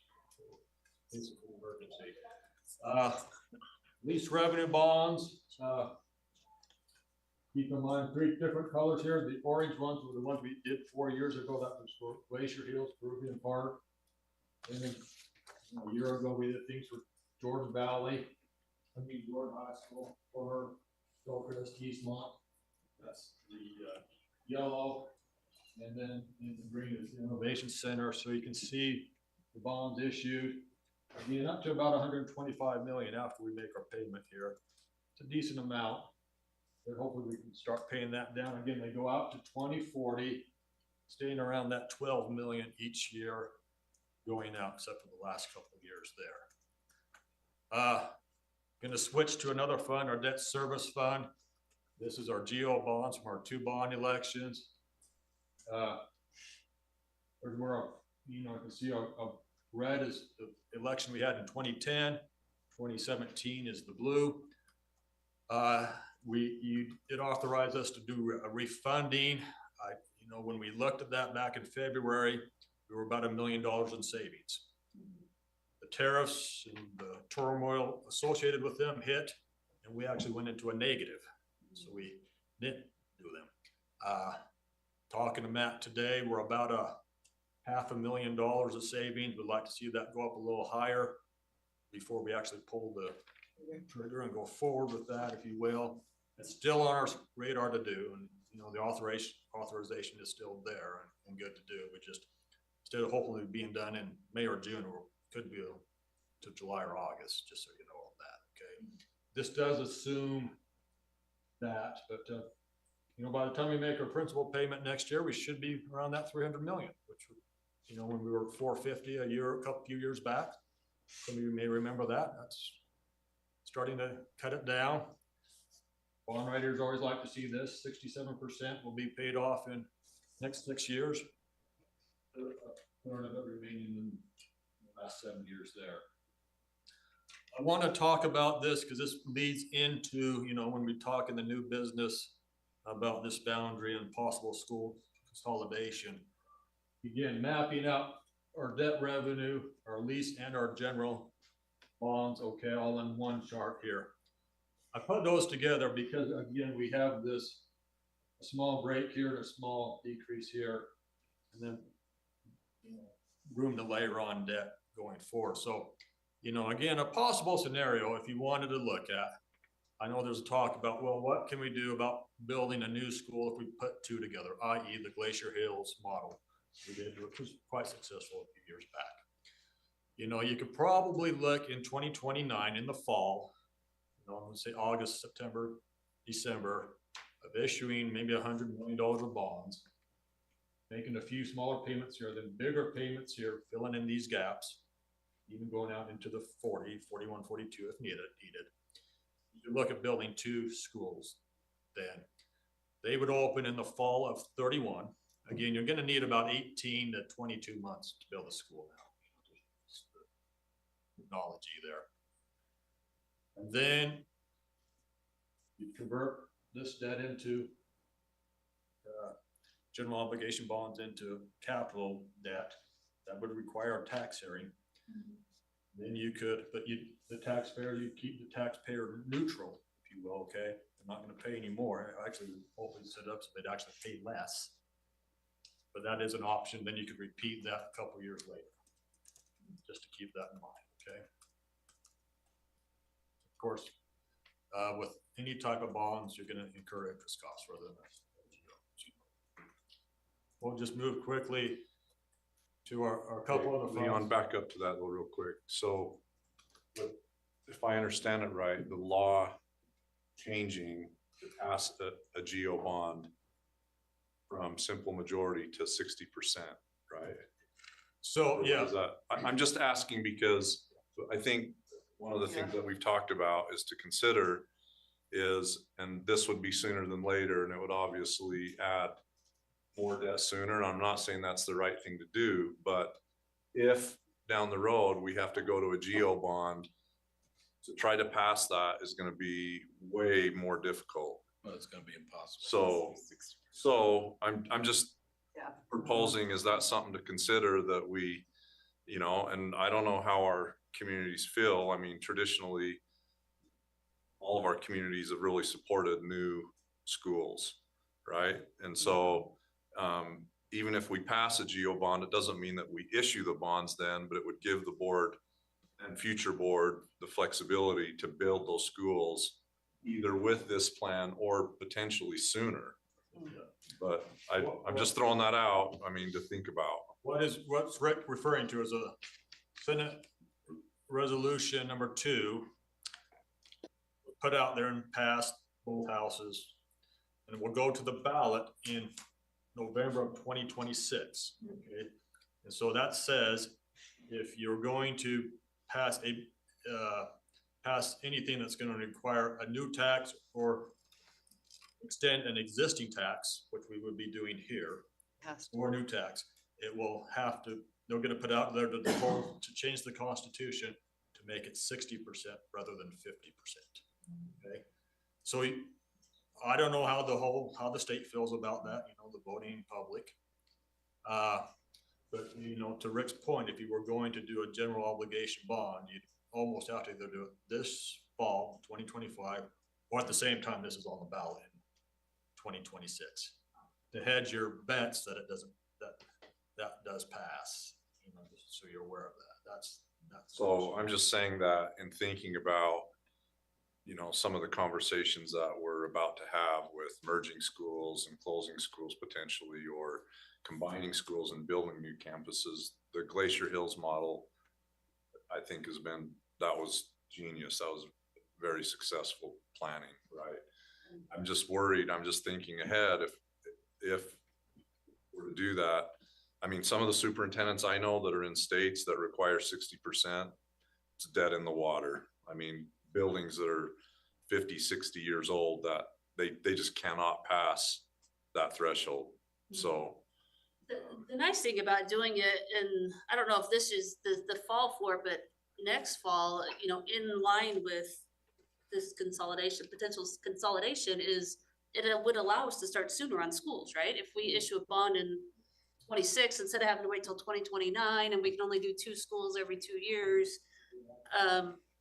Because I mean, this is sort of our last thing. If we can show, hey, look, these are all the projects we promised. We've got through all these, and these are the last ones. These elementaries that we need to address. And we focused on the middle schools, the first bond, the high schools, the second bond. Almost like I think we need to just keep all options open, like they could keep discussing it, right? Yeah, for sure. I don't think we decide that today, but it would allow us to do things. Just wanted to put that out there. Completely moving to a whole different fund, a lunch fund. Sebastian does a great job. Lunch prices will stay the same. They just had a very, very in-depth review. Passed it. We're really proud of them. The USB team was very impressed. One area concerned though is our school stores. High school stores do sell stuff that's not allowed. So Go ahead. I'll just comment to that. So I happened to play soccer with the USBE person that came to do the review and asked her how it went. She said, the stores are not so much a concern. She said, we can get an exception if it's being used for merchandising class. It's just a matter of applying for that exception, that they weren't as concerned about it if it's used in that aspect. That's not how the meeting went. Well, that was the feedback I got, They but basically told us, fix this or we're gonna shut you down. yeah, because they said you can't buy, use money to buy that food. If you're using incentive bucks, that was okay, but as long as it's cash, unless there's some exception for the merchandising class, it sounded like. Well, they didn't even What it is, it's selling Fair Luck, unhealthy food. Right, for sure. You're competing unhealthy food. And right next door is the cafeteria. Yeah. And that's the issue right there. So. So, kids are yeah, gonna- I don't know, as far as I understood it, as long as it's incentive bucks, it wasn't an issue, and if it's being used for the merchandising class, as long as they've applied for the exception, there's supposedly not an issue with that. You can do stuff like that, you just can't, what they're doing right now is competing with the cafeteria. Right, cause they're just selling it for cash. Yeah, and they're right next door, and you can't do it at the same time lunch is going on and things like that, so, yeah. So those things that you just have to watch.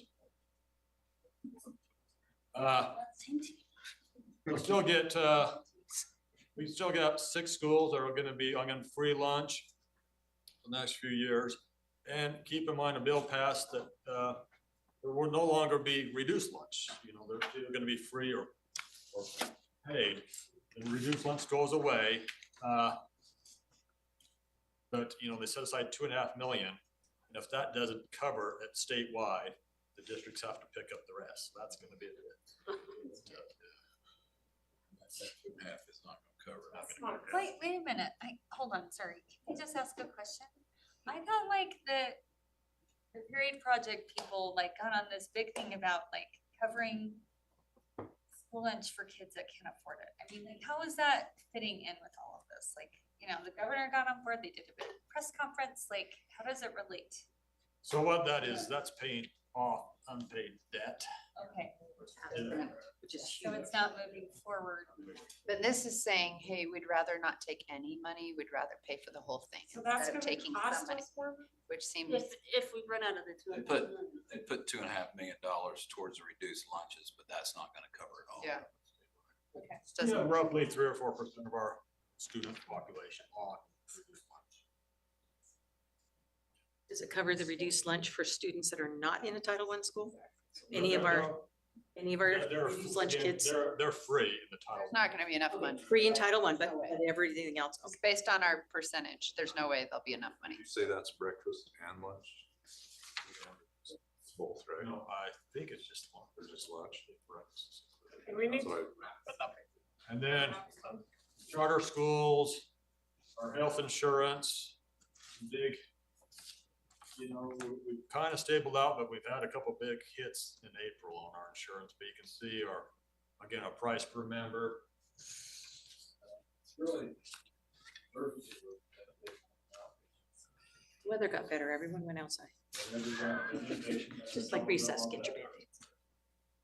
We talked about property tax, you know, again, we plan to exceed the certified rate this year. 4 million of, general fund money for, you know, to pay negotiations and health insurance costs.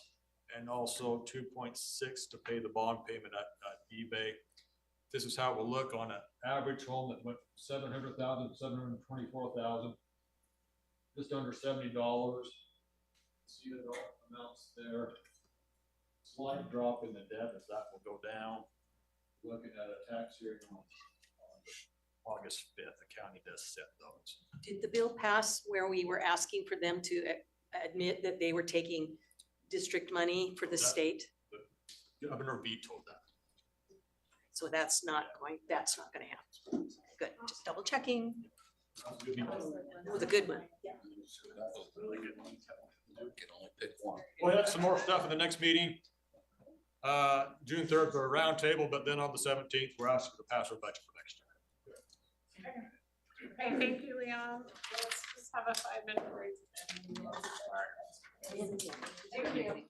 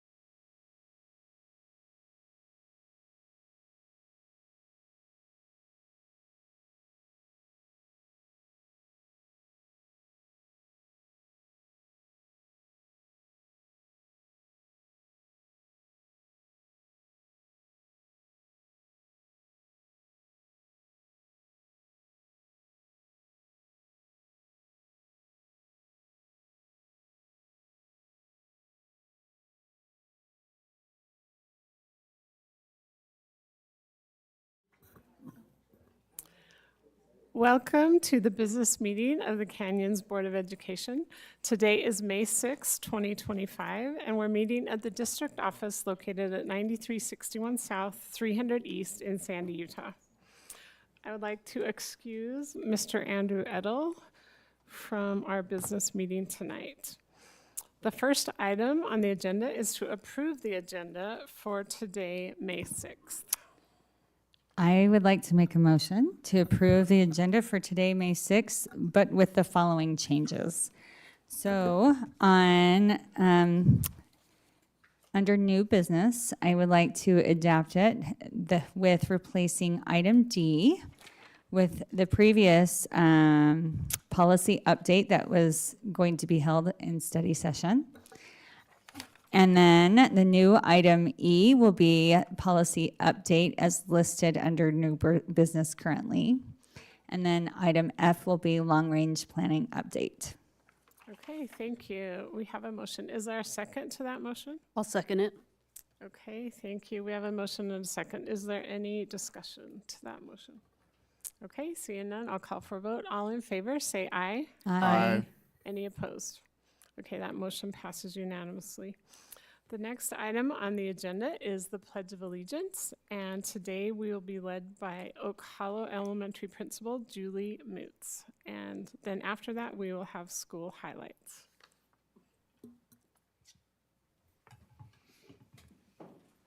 Thank you. I brought with me our incoming principal, Kimberly Ranney, who will be leading us. I pledge allegiance to the flag of the United States of America and to the republic for which it stands, one nation, under God, indivisible, with liberty and justice for all.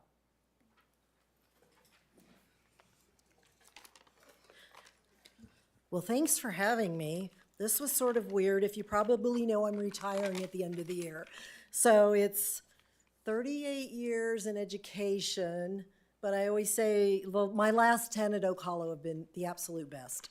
So thanks for letting me share just a few things. When I think about Oak Hollow and just a few highlights for you, I think of two things: academic growth and community. And so just a few highlights. I am so proud of our students and our teachers. We've seen a 14% increase in our ELA growth over last year, which is huge. Tentatively, our science rise from our 4th and 5th graders for this year is 7% higher than last year. And I'm like, yes. Our counselor, Tracy Gerard, was awarded the 2025 Resilient U Award for the state. So we were really proud of her. But then the other thing too is I really think of community. Our community is amazing. They want to jump in, and we do so much at our school because of our community. I counted 24 of our 26 aides are current parents or they had a child there. So our parents stay with us. Our community gets involved. This year alone, we've done spelling bee, science fair, family art night, family French night, fall festival, and our school chooses to do Battle of the Books, and we had over 100 students in grades 3 through 5 participate in it. It was such a huge success. The parents are coaches, the PTA organizes. It was just beautiful. Our behavior assistant organizes our Eagle refs, our junior coaches, our honorary junior coaches, because 4th graders wanted to do it in 5th.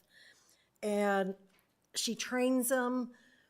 It's just part of our whole community and that positive community everybody wants to give. And I guess finally I'll leave with my behavior assistant said, yes, if you want to be an Eagle ref, it's a big deal to earn your whistle. So thank you. Okay, thank you so much. The board, we love hearing about our schools, and congratulations on your academic excellence, and we love to hear that you have an amazing community as well. And then I just want to add congrats on retirement, and thank you for all your service. We do appreciate you. Okay, so the next item on the agenda is the Canyons Strong Recognitions. And Jeff Haney, Director, and Kirsten Stewart, Associate Director of Communications, will lead us. And I do want to say one thing.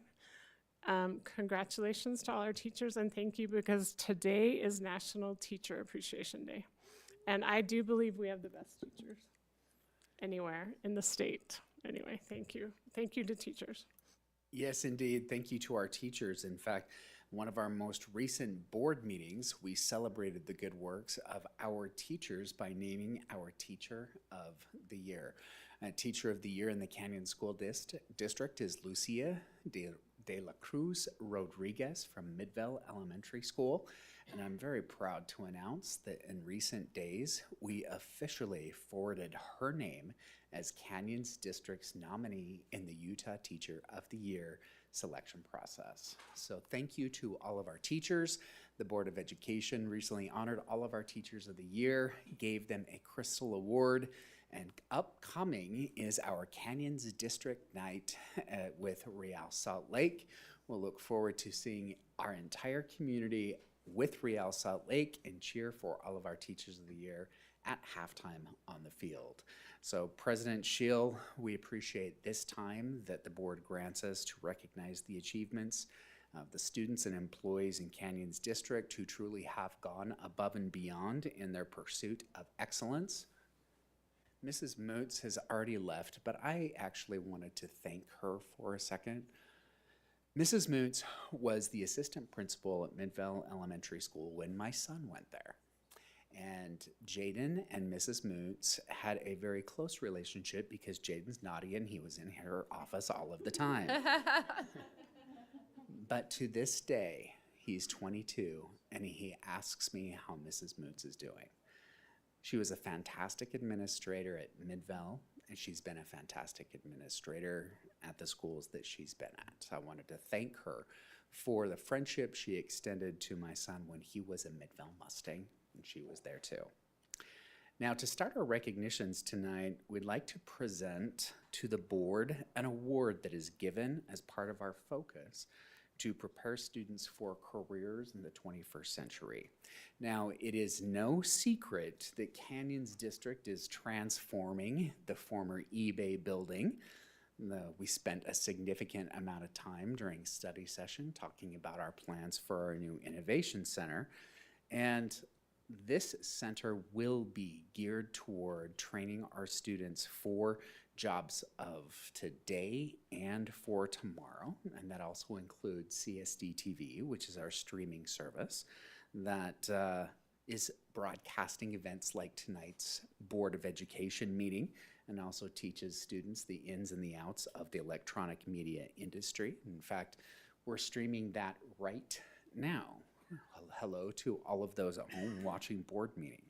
But it's also not a secret the Canyons District acquired the 215,000 square foot eBay building for half of what it would cost to build something brand new. And here's some other news. The board's actions to acquire the eBay building led to receiving this Impact Award. We've placed that Crystal Award right there in front of President Schill from CoStar, a commercial real estate analytics firm and online marketplace. Now, this eBay purchase and the board and the administration that made it happen were recognized by CoStar in the 2025 Sales Acquisition of the Year. That's the award that the Canyons District has received. Now, here's what one of the judges of the award program said about Canyons District's acquisition of the eBay building. Canyons Innovation Center is an exemplary adaptive reuse project intended to convert a regional headquarter commercial building used by a tech company into an innovative learning center for high school students. Congratulations, Board and Canyons District, for receiving this award for moving forward with our project at the former regional headquarters of eBay. Now, I also want, if you'll see up here, that's where the award is recognized in that magazine right there. We have additional copies if you would like to see those. And before we get going on the rest of our honorees, we also want to thank Midvale Middle School for hosting today the Middle School Unified Soccer Competition. Now, thanks to the support of our schools and families, the Special Education Department, and the Canyons Education Foundation, we're extending opportunities for students of all kinds to participate fully at their school. Now, the rain forced today's event to move indoors, but they still had a fantastic time. And we're hoping that our weather apps are right when these apps are telling us that tomorrow will be sunny and the highs in the 60s in St. George, where the Jordan High girls golf team will be playing in the state for a tournament. So a big shout out and good luck to the Beat Diggers. This is the first year in quite some time that our girls golf team at Jordan has made the state finals, and we hope that they do very well over the next couple days. Now, our first honorees are the latest Canyons teams to become state champions. We want to give standing ovations to the theater teams at Hillcrest and Corner Canyon High School. Now, when the awards were announced, Canyons District students took their bows on the stage. The Huskies and the Chargers are the state champions in 5A and 6A theater. The Huskies won in 5A, even though they're a 4A school, and the Chargers won in 6A. This is the third year in a row that Hillcrest has won a state championship in theater. Now, that is said to be a record for 4A, 5A, or 6A schools. And the win was Corner Canyon's very first state championship in theater, so congratulations to the Chargers. The Huskies' overall sweepstakes win also came when Hillcrest learned that for the second year in a row, it won a Best of State award in theatrical education. Spring is a great time to take in a lot of theater productions at our high schools. Brighton just wrapped up You're a Good Man, Charlie Brown. Jordan High will I think we'll have their one-act plays in the coming weeks. And Corner Canyon's The Drowsy Chaperone is later this week, and Hillcrest's Cymbeline is next week. So if you're looking for some family-friendly entertainment, our theater productions are a sure bet. Our next honorees, the Raptors, rocked the house at their recent performance. History was made at a recent evening at Diamond Ridge High School. Diamond Ridge students performed at the school's first ever concert, and it rocked. Ms. Pedersen was there with us that night. These kids were simply amazing. Now, these students, many of whom who had never before picked up a musical instrument, put on a professional, high-quality show.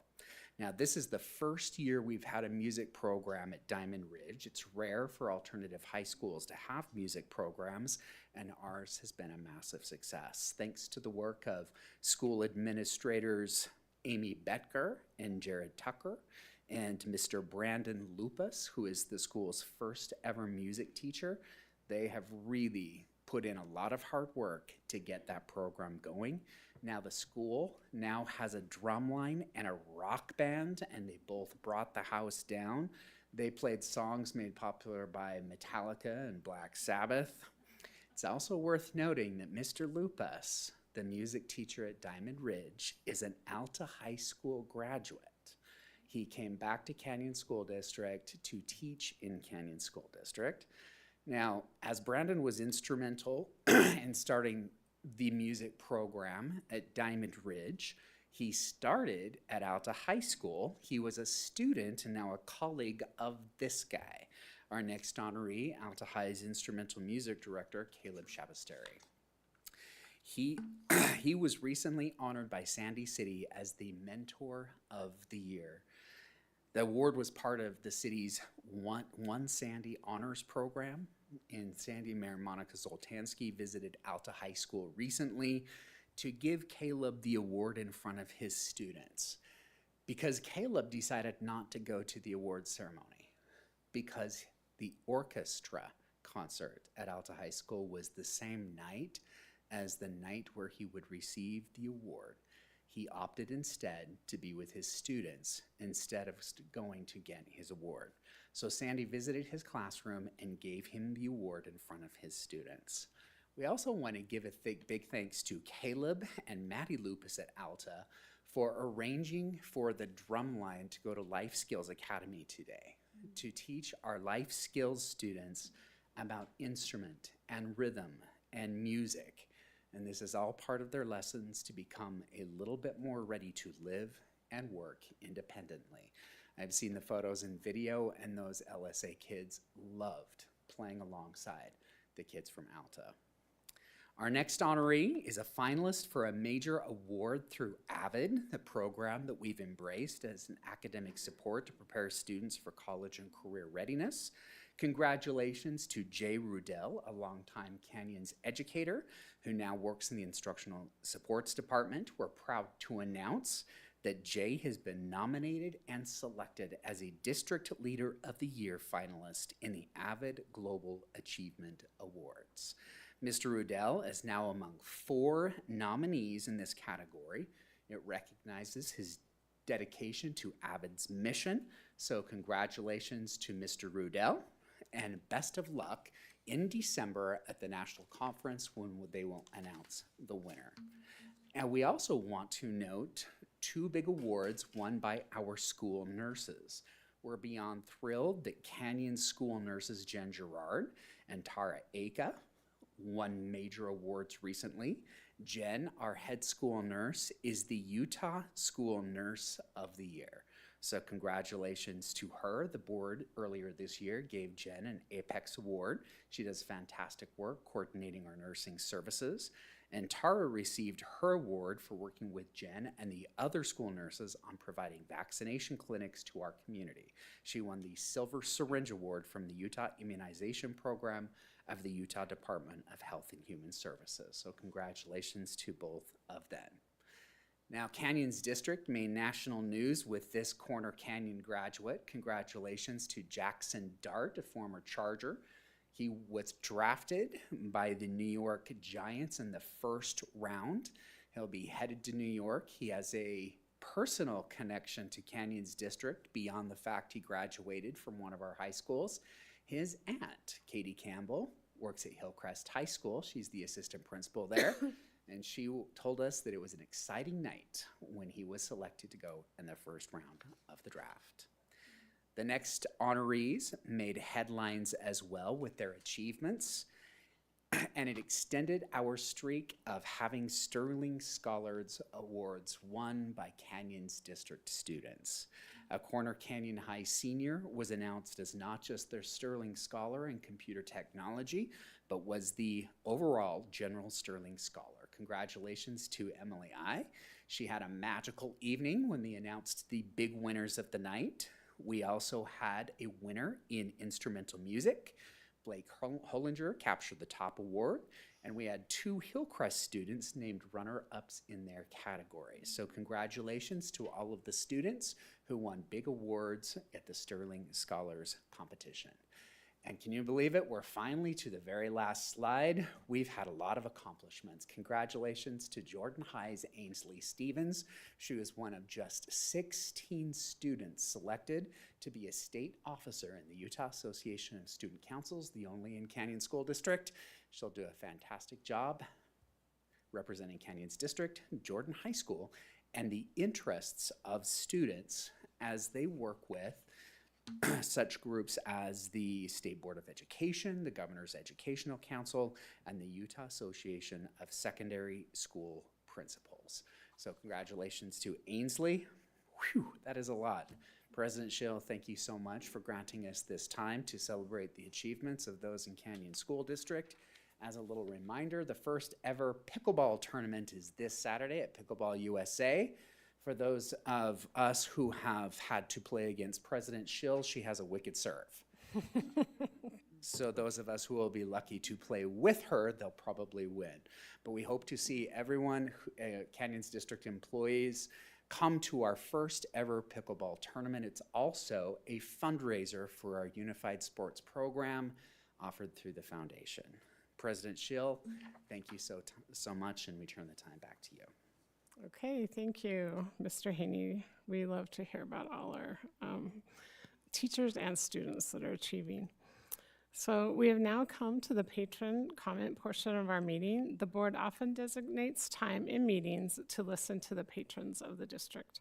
Patron comment time is limited to residents and taxpayers of Canyons District, students and parents of students, and current employees of the district.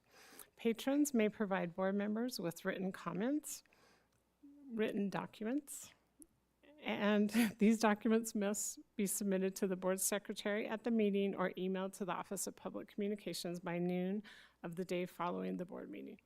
And our secretary's right over there. Tonight, individuals will be given 3 minutes and those representing groups will be given 5 minutes. Comments made during patron comment are part of the public record. It is the board's practice to listen and take notes during patron comments.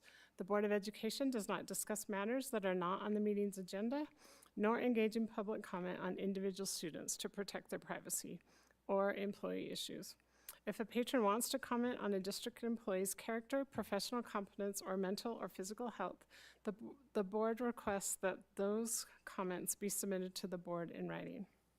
However, if the patron determines to verbally comment on those personnel issues, the comments need to be civil and refrain from personal attacks, insults, defamatory, or slanderous comments about an individual. The Board of Education values input on all sides of issues. To maintain decorum and respect, we ask that those in attendance refrain from applause or other types of demonstrations during the patron comment time, as well as throughout the meeting. And comments must be age appropriate, considering children who may be present or viewing online. So we have 2 people that have signed up today. The first person is Paul Weaver, and he is representing a group. And then the second person is Lane Vaminakis. Okay, I probably said that wrong, so please correct that when you come up here. So Paul, please come up. I'm Paul Weaver. I represent CESPA, the Canyons Educational Support Personnel Association. I just want to let you guys know we really appreciate everything you guys have done going forward in negotiations in accordance with line 8B. Kind of threw us for a loop. HB 267. We didn't know if we were going to get a negotiation. Like I said, we really appreciate it. Leon, Rick, the rest of the board. And yeah, we just look forward to working with you guys in the future. Okay, thank you. So Lane, do you want to come up? And please say your name for the record. Thank you.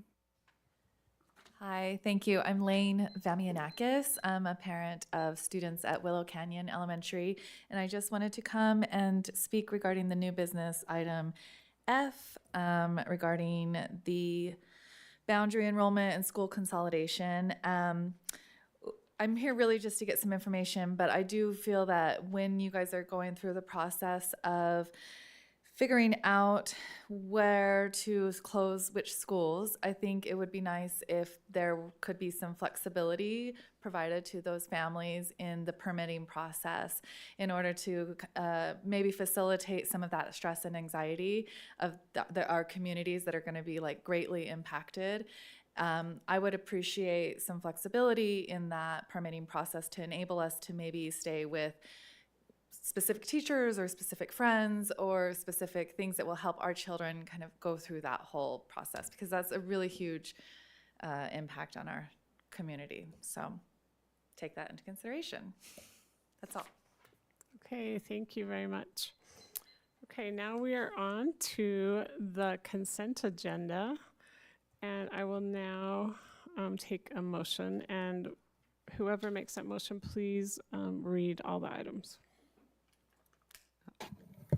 I'd like to make a motion with regard to the consent agenda. I'd like to make a motion, approve the consent agenda. With all but one, I'd like to pull off of the consent and discuss separately, and that would be item I of approval of land trust and TSSA plans for the 2025-2026 school year with 2 board member signatures. And then we would approve the rest as follows for consent agenda, and that would be item A, approval of minutes for April 15th, 2025. Item B, approval of hire and termination reports. Item C, approval of student overnight travel. Item D, approval of purchase and sales agreement for property located at 332 West, 7800 South, Midvale. Item E, approval of reduction of contract days to federal programs funded ESP assistance. Item F, approval of reduction of force, Jordan Valley School paraprofessionals. Item G, approval of reduction of contract hours Crescent Elementary ML assistants. Item H, approval of administrative appointments. Item J, approval of land trust or TSSP amendment for Life Skills Academy. And item K, approval of LEA specific licenses and endorsements. Okay, thank you. We have a motion. Is there a second to that motion? I'll second that motion. Okay, thank you. Is there any discussion to that motion? Okay. Yes, Mr. Lewis first, then Mrs. Nybar. I just want to say, in regards to item D, I want to thank the board for being willing to sell this property to the city of Midvale. I personally, and I know our community is extremely excited about the what's going to go on that plot of land. So thank you. Okay, thank you. Mrs. Nybar. Can we open up for discussion why the land trust was pulled off of the consent? I think we're first approve just having it pulled off, then we can have the discussion, but.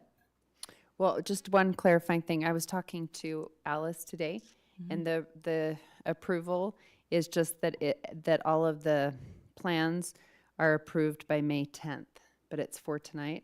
I don't know if that changes your decision to pull it off. No, it doesn't. It's actually, I'm planning on voting for approval, but I just want to point out something and request something of the administration to look at more deeply. Okay, and thank you, board members. Any other discussion? Okay, seeing none, I'll call for a vote. All in favor, say aye. Aye. Any opposed? Okay, that motion passes unanimously. And now I will turn the item over to Mrs. Oakes to discuss the item she pulled. Okay, so first of all, I want to thank all of the schools and school community councils for working so hard on your land trust and TSSA plans. A lot of thought and effort goes into all of these, and I thought it was really meaningful actually that we had Julie Moots from Oak Hollow Elementary here tonight, because every year I've been so impressed by Julie's plan. I feel like she does such a deep and granular dive, and hearing the outcomes of what has happened with their kids' achievement in the various areas that they focus on doesn't surprise me. And she brought up specifically the area of science. Of all of the elementary school plans that I read, and there were a lot, Julie's was the only one that focused in part on science. And in the past, when I've read these plans, I know that there's a lot of focus on reading and there's a lot of focus on math. And I've never thought too much about it until this year. I spent as much time as I did listening to the feedback that we got from our industry partners and other CEOs and business people who came together at the district to discuss what K-12 is doing well and what we're not doing well in the state of Utah. And one of the areas of greatest weakness that they highlighted is science and scientific thinking. And so when I went to read the land trust plans this year, I really kind of went in with a new set of lenses. And I realized that there seems to be lack of support in this content area. And even though our science scores have roughly stayed higher than the state average, they seem to still be remaining fairly stagnant. And so in my mind, this begs the bigger question about our alignment to hands-on project-based learning and what our commitment to science is in our strategic vision and our strategic plan. So my ask as a board member, and I'm wondering if anyone else has interest in this, is to ask the administration to do a science curriculum block audit and report back to us. Specifically, I'm interested in getting information on elementary schools, and and this ought to include things like instructional time, labs, projects, et cetera. I mean, I know over the years there's been a lot of discussion about paying for maker spaces, and are we using them? If so, how and when? We've paid for science kits, but are we using those? And if so, how and when? We've been offered outdoor learning spaces. Are we using those? If so, and when? I mean, I know a lot of these things are kind of included in our strategic plan, but I'm just not seeing it reflected right now in our land trust plans. And I'd like to kind of do a deeper dive about what we can do to help this in this area. Children have natural curiosity and really enjoy being able to touch and and learn things in a hands-on way. And there is no subject that better leans itself to that than science.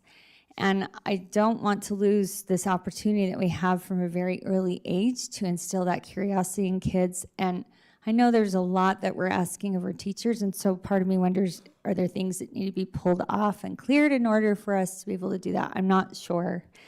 But I'm just, yeah, I'd be interested in getting feedback or weigh in from the rest of the board about whether or not anyone would be interested in getting more information on that. Okay, board, are there any comments? Mrs. Pedersen? I'm interested in supporting your idea, Amanda, or to look at how we are incorporating our sciences. I know that a lot of our schools are doing maker spaces, but they're run by the PTA for the most part, and they're before or after school, mostly before. And I'd like to see us balance our day a little bit more where science is more integrated into a regular schedule. Okay, anyone else? Mrs. Nywar? I would support looking at science as well. I think that's something we could explore and put as an agenda item. I don't know that totally, I think that'd be a better place for it as an agenda item to look at in a study session, but I'd be very much in favor of that. I wanted to bring it back to the land trust and the TSSA plans. So I wanted to first just thank all of our schools. Actually, this year was the strongest plans I've read in the 5 years I've been on the board. A lot of great detail. I was just super impressed. I also felt like their goals were more ambitious than I've seen in the past, and that was super exciting. A little shout out, Corner Canyon had such an ambitious goal, as well as Sprucewood Elementary. I was super impressed with how ambitious their goal was. And also there is, I just wanted to make that clarification that it's 2 signatures by May 10th, because there are 2 schools I'm waiting to hear back from. One of the schools, it's a great plan, it's just not very measurable, and it's the land trust goal. And so Alice is working with the school to fix that. So, but yeah, just in general, I was really excited about the plans this year. So thank you to all our administrators and schools and our school community councils for taking a lot of effort and time and deep dive. It was very good. Okay, I would be supportive of us just adding science to our agenda at some point. We can figure out when that would be best, but I am supportive too. So I think we can add that. And, Mrs. Dolly. Just a quick comment. I think I've seen a lot of great science that is happening in our schools, and so I think diving into it is great and putting more effort there, but there's a lot of great hands-on things happening, and seeing my kids come home excited about these hands-on science things that they are doing. Okay, I think we're ready for another motion, if someone would like to make that, to finish up consent. I'll make a motion to approve the land trust and TSSA plans for 2025-2026 school year with 2 board members' signatures. Okay, great. Thank you. Is there a second to that? I'll second that motion. Okay, that's fine. Thank you. We can have Mr. Lewis second that. Okay, any other discussion? Okay, seeing none, I'll call for a vote. All in favor, say aye. Aye. Any opposed? Okay, that motion passes unanimously. Thank you for that discussion. And now we are on to new business. And first we'll have item A, which is approval of 2025-2026 Canyons Education Association negotiated agreement. Action is requested, and this will be presented by Leon Wilcox, Business Administrator.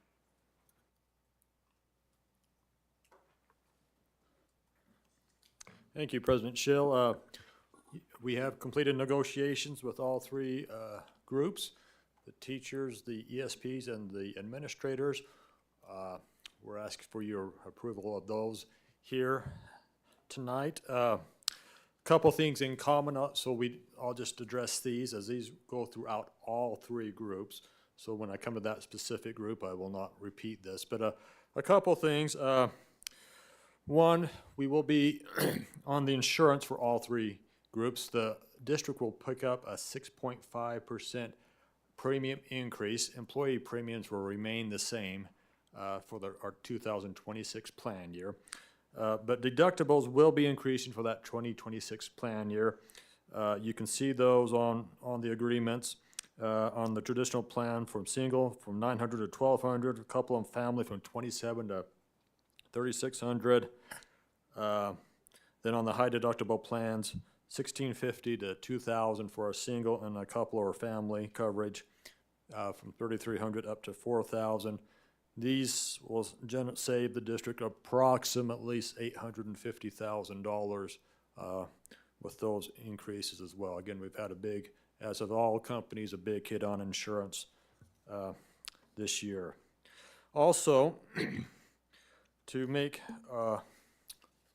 try to give our employees a little bit more flexibility on leave, we will be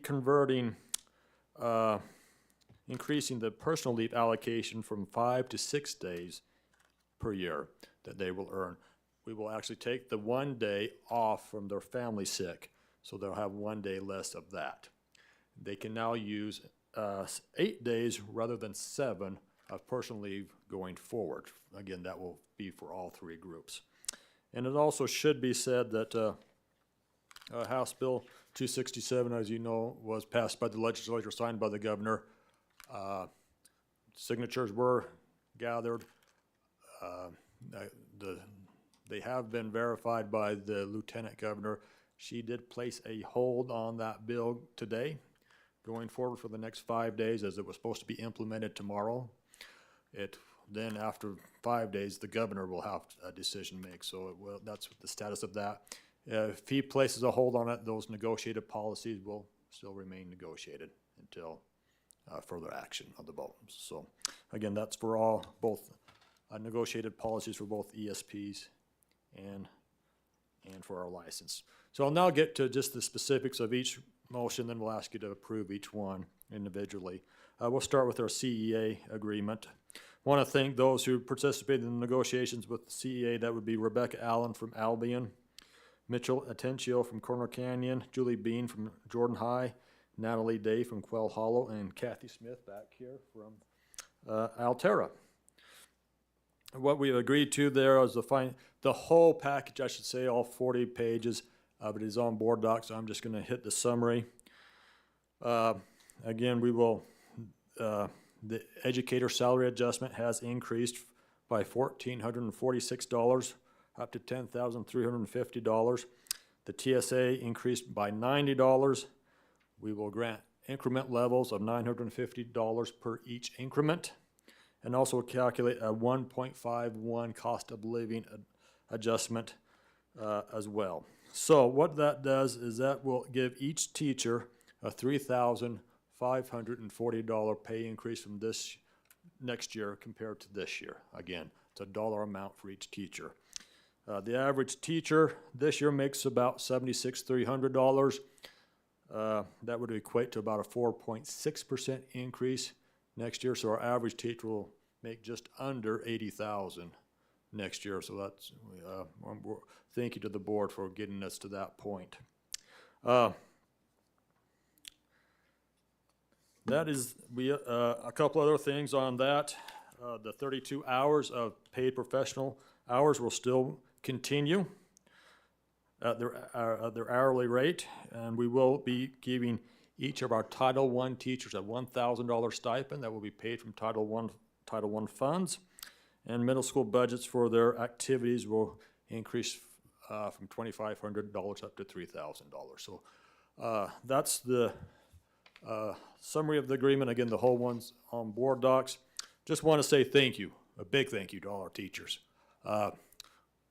You know, whether they're a kindergarten, first grade teacher in our elementaries, working with our middle school kids in those early teen years, can be a little awkward for them.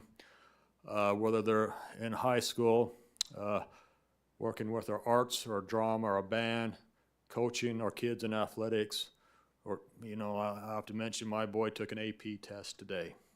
And big thank you to his teacher. I never thought a ninth grader would be ready for an AP test, but he says, Dad, I think I passed. When I called him. So big thank you to all of them, and also to our counselors, our instructional coaches, our social workers, psychologists, nurses, everyone who works with our kids on a daily basis. So big thank you to all of them. With that, I'll be happy to take any questions or a motion. Okay, board, any discussion, or I will entertain a motion? I'll make a motion to approve the 2025-2026 Canyons Education Association negotiated agreement. Okay, thank you. We have a motion. Is there a second to that? I'll second that.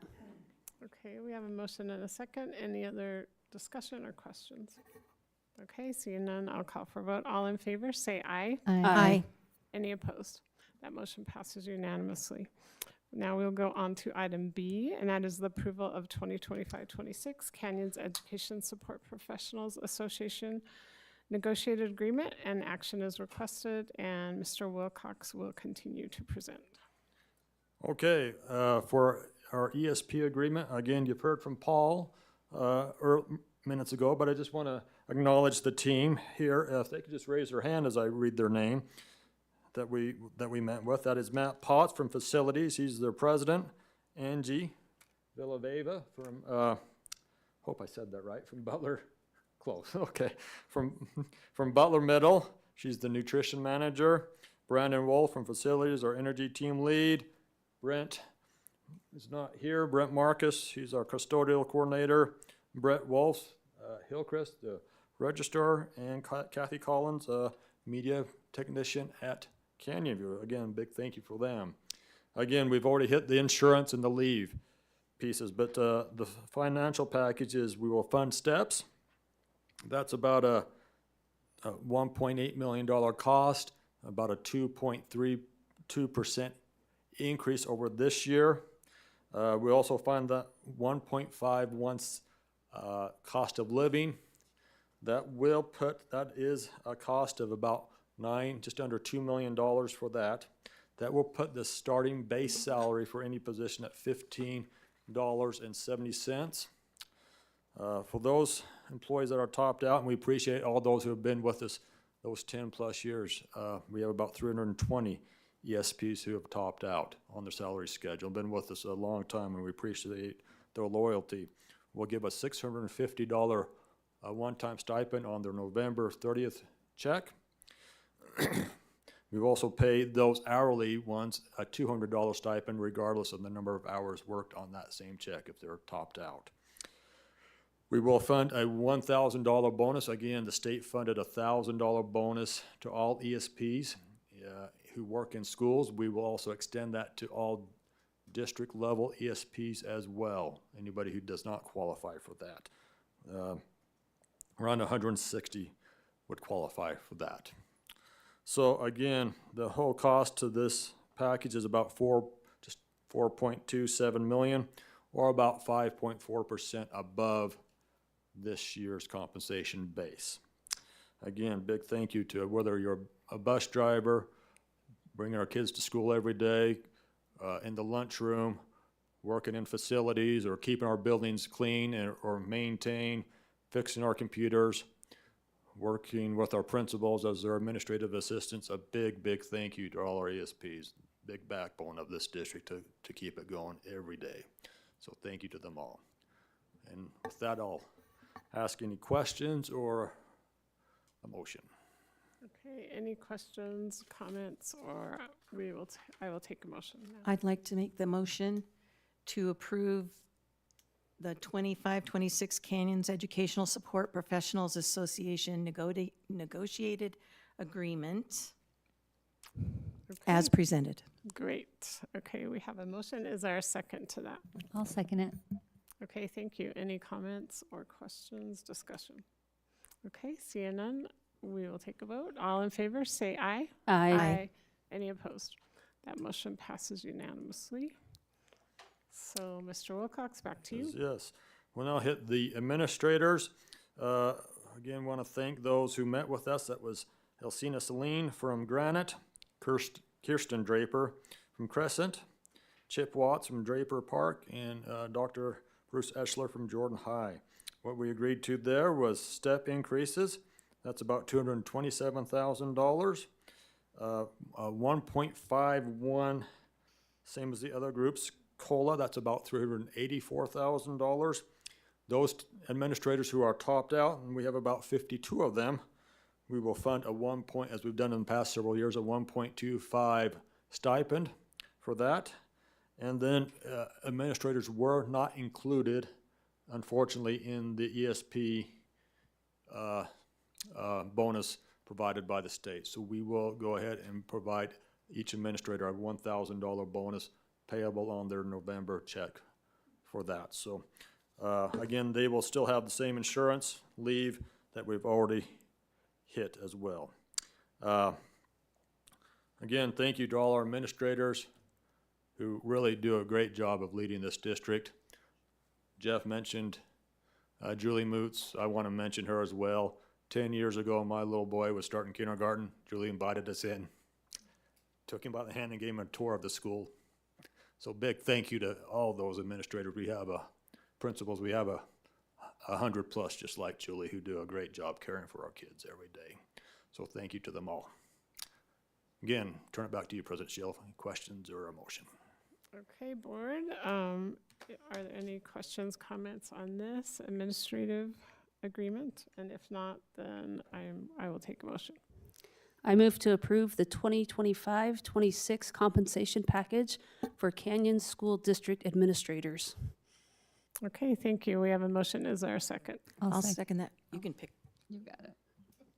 Okay, Mrs. Pedersen, I guess, will be the second. Okay, any other discussion? Okay, seeing none, I'll call for a vote. All in favor, say aye. Aye.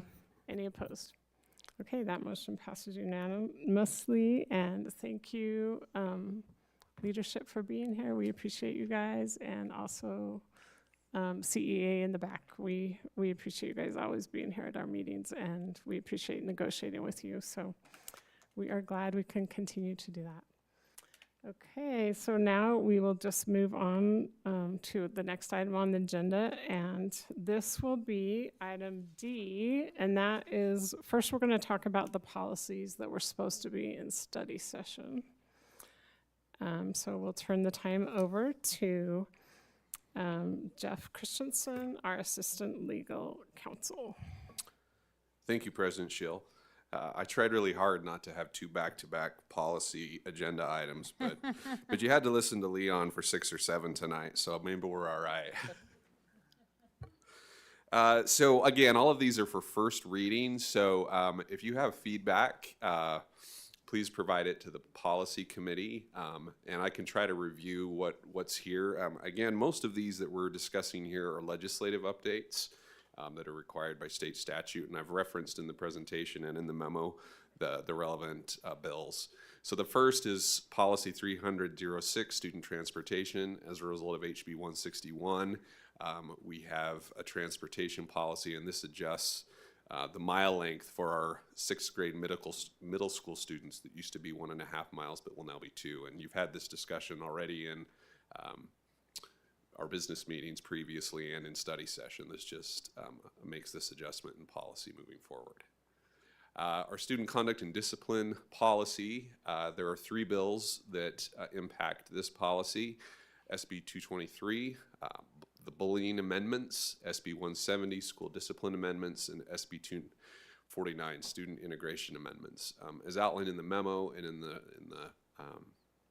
PowerPoint presentation, the first is the bullying. This was presented, and it adjusts the bullying definition for both students and for staff, and we've updated the policy to include that new definition for bullying.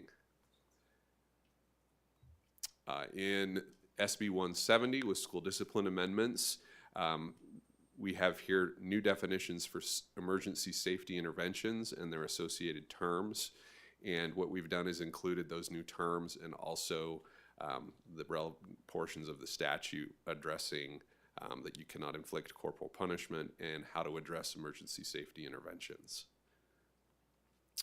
Student integration amendments, this deals with if a student is arrested or charged or adjudicated in a juvenile court for a serious offense, the school will develop a reintegration plan, and through work from, I believe, our CSD legislative team, we've been able to add some additional language where If we have a student that receives an integration plan, we can provide them an alternate location setting for that education if they've had one of these forcible felony events. And so what we've done is included this language both in the policy and in our, and we'll include it in our levels of behavior document. So that includes all of those statutory bills in our student discipline policy. The next one, again, for a legislative update, this deals with SB 178, devices in public schools. Again, here, a student may not use a cell phone, smartwatch, or emerging technology at school during classroom hours. Based on our discussions in the policy committee, they recommended a tier approach moving forward for open time, which would be during lunch, and passing times for our schools. So in the elementary, a band-to-band or bell-to-bell ban on those devices, and they may not be used during lunch or transitions between classes.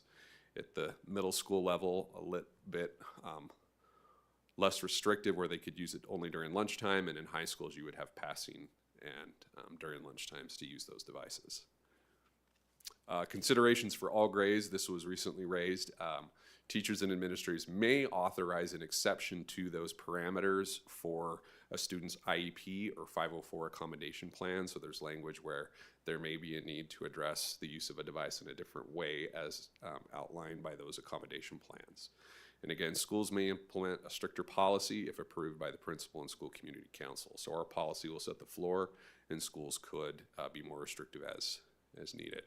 Then you have the outlined statutory exceptions, and then a few other cosmetic changes were just to update the red line in this policy for compliance with SB 178.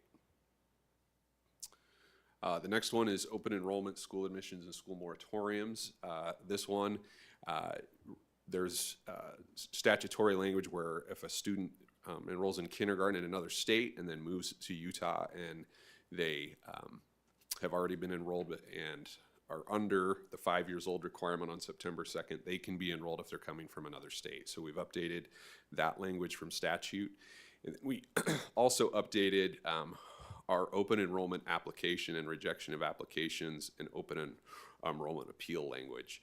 So if we have a situation where a student enrolls in Canyons through the open enrollment process, they can be a student provided they adhere to the disciplinary standards of our district. If we have a serious violation of the law, then we can put them on a provisional contract, and if they violate that contract, they can be, the permit can be revoked, and they can return to their boundary school. So that process is laid out in our policy. We made a few adjustments there.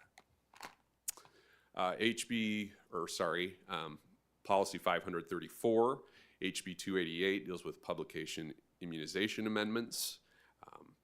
A vaccination exemption that an individual submits under the statute remains while that student is in the public education system instead of an annual exemption. And then if a student transfers, that will be provided with their transfer to another school.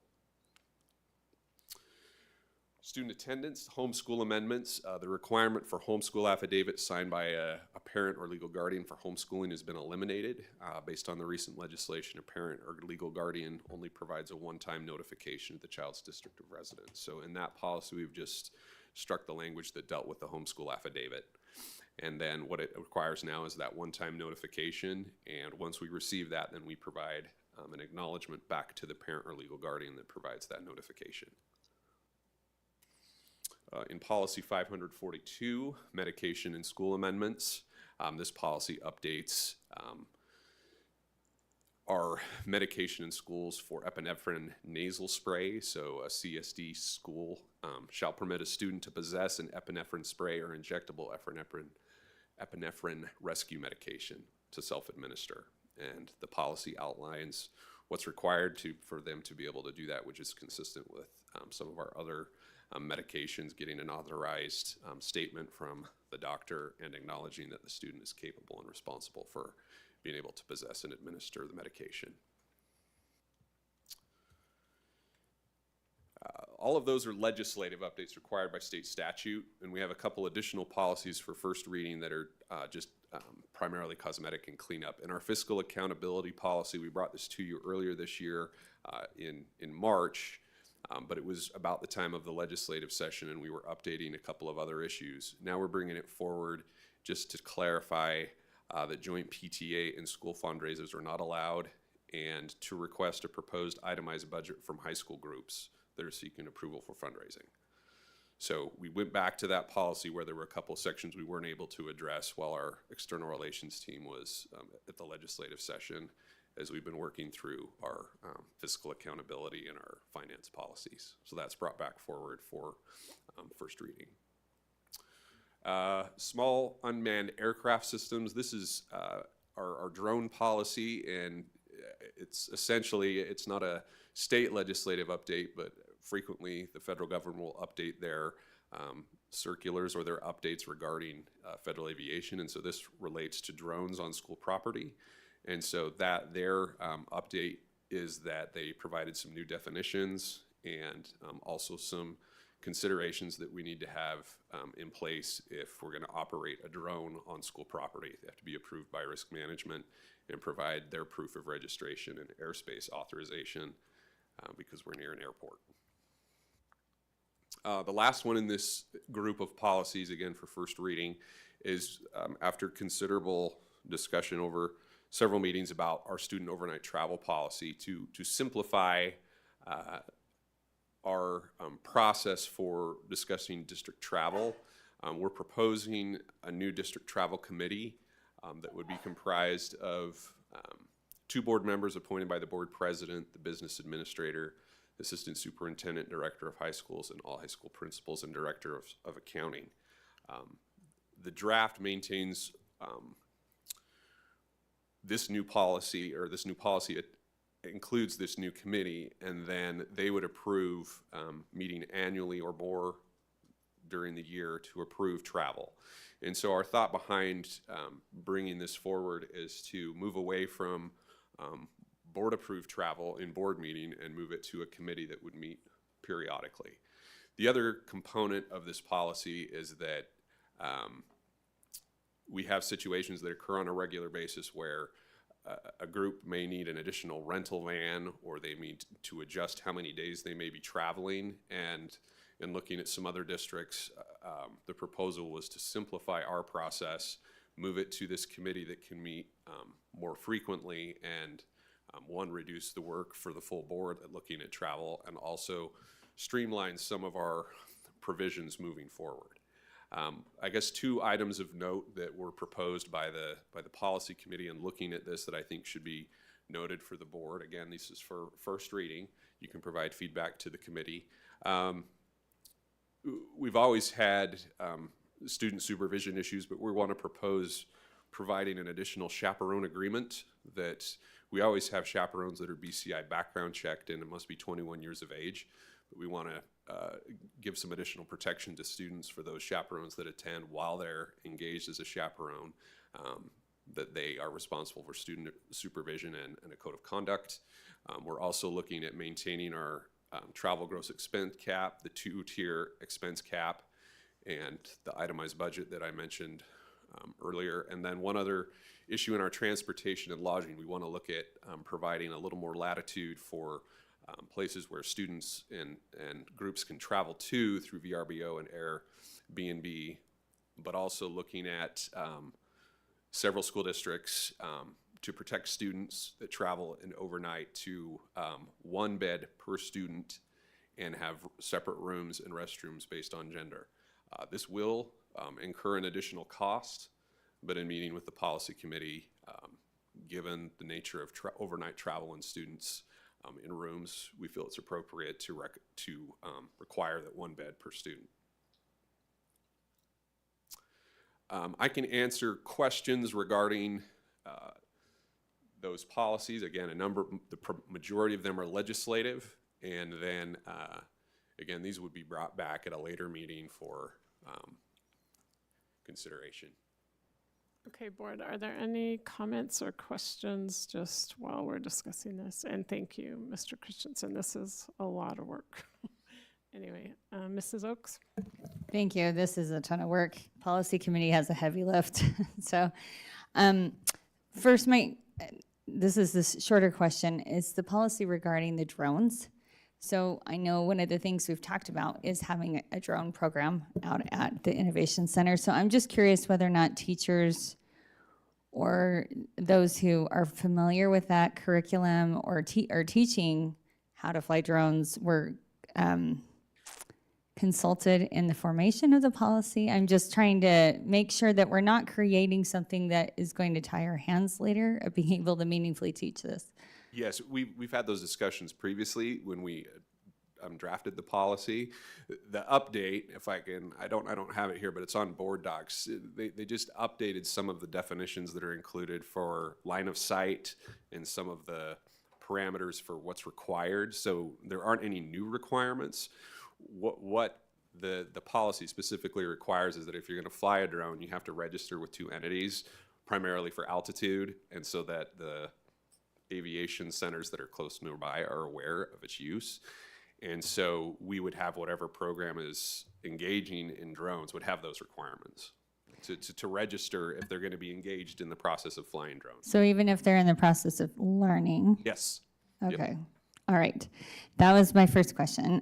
The second one is regarding 500.02, regarding, regarding violent offenders specifically. So I just want to point out, I mean, there are some people that have been concerned a little bit about this, and I think it's important for the public to be aware of the fact that when we're talking about violent offenders not being reintegrated in regular classrooms, that this is what a forcible felony includes, right? I mean, we have it up there: aggravated assault, mayhem, aggravated murder, manslaughter, kidnapping, aggravated kidnapping, rape, forced sodomy, rape of a child, object rape, so on and so forth, aggravated sexual assault. I mean, it's a category where kids are egregiously attacking another human being, and sometimes, in some cases, using a weapon. And it's very serious. I personally, as a board member, am grateful for the passage of this legislation. When I was first approached, in my very first time of running as a board member, I had a parent who asked me to go to lunch with her. She was a very involved parent at one of the high schools that I am involved with, and she said that there had been a student that was going to school with her kids that she found out had committed a very serious crime. It was the first time that I had ever been made aware of the fact that this was a thing. And that because of juvenile justice reform, that was essentially forced on the schools to figure out solutions. And yet it presented this very large quandary about what to do in order to maintain student safety, especially when students are sitting alongside somebody with that history and they're not aware of it. So when a student has demonstrated premeditated violence, I think that there is good reason to make sure that we have policy or processes in place to make sure that they are not necessarily going to school alongside mainstream kids until they're either rehabilitated, their record is expunged or whatnot. I mean, I think we need to maybe talk through that. So here's my question. I know that this policy is now here and aligning with the law that's in place, but do we have, because it's a may, it's not a shall, right? In the way that it's presented, what do we have in place in our district to assure that violent offenders are not sitting next to any of our run-of-the-mill students who aren't, like I said, aware of the violent history there? So in response to that, we have the language of the statute, and so I guess the first point I would say is we have to receive notice whether the student has been arrested, charged, or adjudicated. In terms of the court system, we most likely will get an adjudication, which is they've met and there's been a proceeding and we're on notice. It's a bit more unclear when a student has been arrested because there hasn't been any judicial action at this point, and whether or not the police notify us when there's an arrest may be less clear. I mean, we're not obligated, or they're not obligated to provide us notice. We do sometimes receive through our partnerships information. When a student is charged, again, they're still in the due process point of being, they're still subject to the criminal justice system. How we've addressed these issues, if we do receive notice, then we're meeting with then we're putting together a reintegration plan. And that's primarily overseen by Dr. McGill and our student services, and often our DCMT team, to take a look at those issues and determine what's appropriate given what information we then have. And under the statute, we put together a reintegration plan and what that looks like.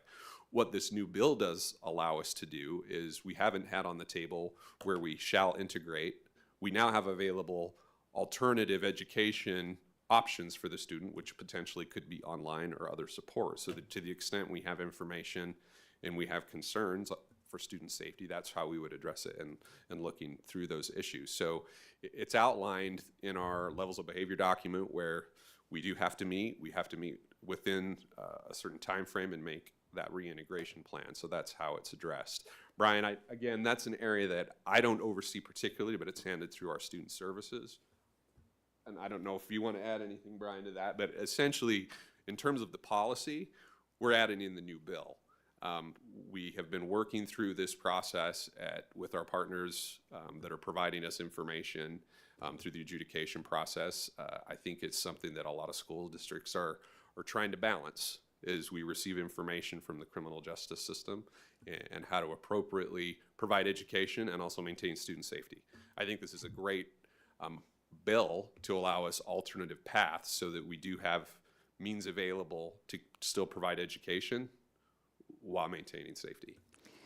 I appreciate where you're coming from about that it opens up another path. But for me as a board member, and I don't know if anyone feels similarly, I would like to see some sort of consistent plan, and to make sure that our building leaders are familiar with how that goes. We have been dealing with the aftermath of the change in juvenile justice for so long that those are the lenses we've been operating.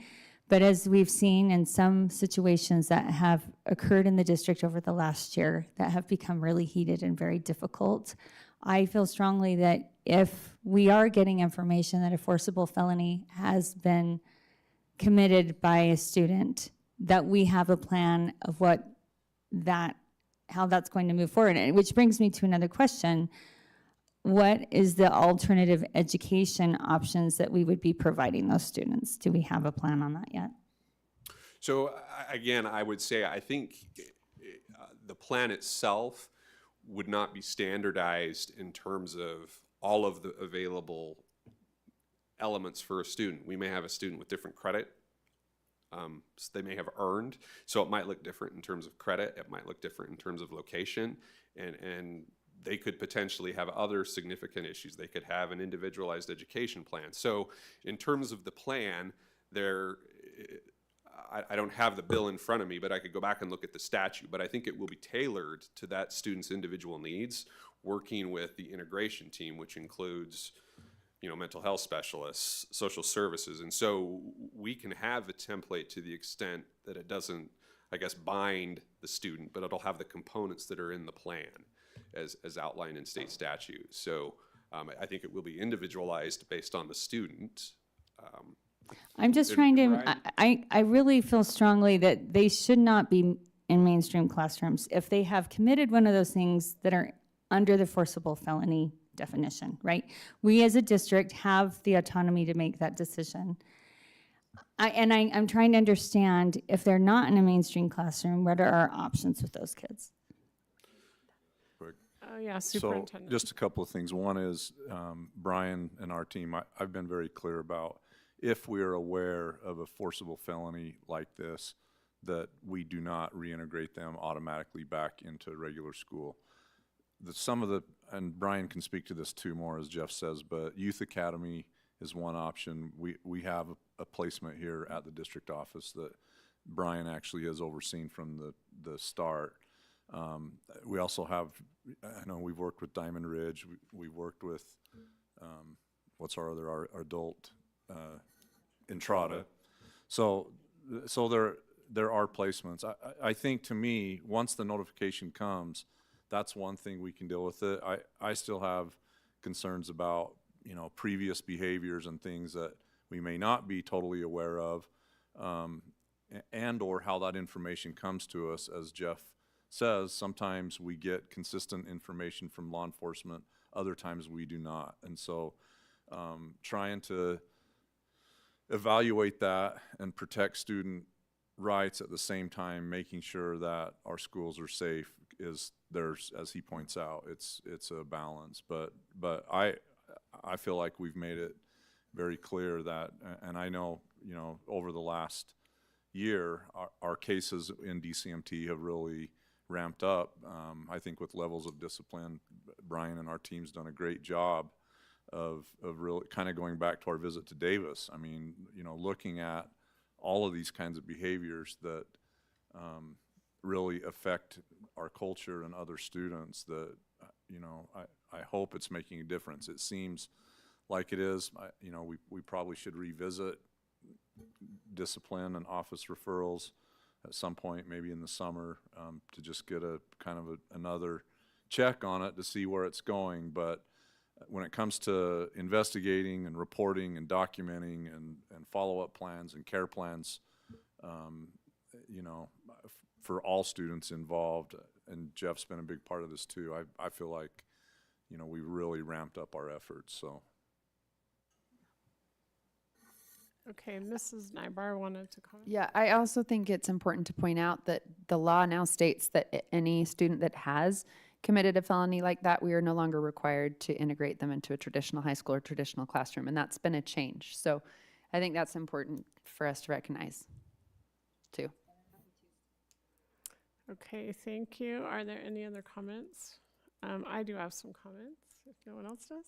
Okay, first of all, going to the cell phone policy for high schools. So when I shadowed that student at Brighton, a bunch of the classes have like the clear, it's like, I think it's a shoe, it's an over-the-door shoe thing, but the students are required to put their cell phones in those clear pockets.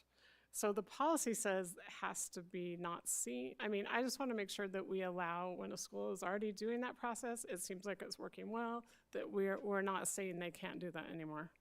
So I don't know if we can change language on that. So we would have to just look again with SB 78. A lot of this is where let me go back and double check that. But as we were looking at the different layers, they were talking about keeping it out of sight, and I think that's part. And I don't have SB 78 right in front of me. It's not part of my presentation in terms of the full bill, but I think that was drafted to address that they can't be out during the classroom. And so even if they're in a separate location, but we'll just have to double check to see if that can be modified. I can bring that back when we discuss the second reading. Okay, that would be great. And then my next question is on the this travel committee. Yes. Just because our board, I just don't know if board members should be on it, honestly, because to me, that's an administrative function. And also, I mean, board members are already on like 6 to 8 committees. And several of them take many hours. So I just don't know. I was just wondering what was the thinking on that? The thinking beyond in that development of that committee was envisioning likely a 1 meeting per year with the full committee. Okay. So let me just explain. Okay, yes. A 1 year, like we said, meet annually, and Tom, as we discussed this, Mr. Sherwood, we talked about there may need to be additional meetings to address issues, but that would be delegated to a subcommittee. So the reason we wanted to include board members on that one-time meeting is that's where we would have the director of accounting, our business administrator, to discuss, okay, this is where we're looking in terms of finance. This is how much money we have. Do we need to make any adjustments as we look forward? And rather than have the board not have a voice in looking at what we're doing in an annual meeting, that the board would be represented on that one-time meeting. Okay, so great. It's a much more reduced role than we're anticipating, and the idea behind it is to reduce, one, the board agenda with travel appeals, to reduce not having a committee any further. It would be addressed through this established committee, And then also allow us, as we look at how travel through our forms and otherwise, it could be updated to provide some ease for administrators and secretaries. So we're really trying to look at how to better streamline and reduce some of the issues that have been consistently coming to the board in the last year so with the number of that does appeals. help. Yeah, so it's just like an annual meeting. It's not, because almost every single meeting, we have Right. a So as Tom's looking at it, exception with the travel committee. Right. So it's not that travel committee. no. Tom really thinks that most schools can say, these are the trips that we plan to take in the next year with all the groups that, I know it's a lot, but could be addressed in one meeting, all the documentation provided early. This is what we're thinking we're going to do. And then during that meeting, we would look at, and it could be provided electronically in advance, and the 2 board members would just be there to, this is what we look in terms of finances. Do we need to make any adjustments? Kind of an annual meeting in the spring or in the fall. And then from that point, travel could then be addressed through a subcommittee on a regular basis if there were other issues, and not pull in board members. So the idea is to reduce load, not create. Okay, so I do understand. So that is a board. So you would be possibly looking at changing policy. So that is. Yes, this is a board thing. full policy revision where we're looking at adjusting the how travel has been done. So board, are you guys okay with that? Okay, Mrs. Nybar, then Mrs. Pedersen. So I voiced this in policy committee, and unfortunately I wasn't able to attend the last one, but my initial concern was akin to yours, Amber, that I'm just a little concerned about the volume and making sure that whatever policy we create, that there is some streamlining. And I think this policy does kind of go towards, hey, if it's a UHSAA, if it's something that's every year, those can just be streamlined.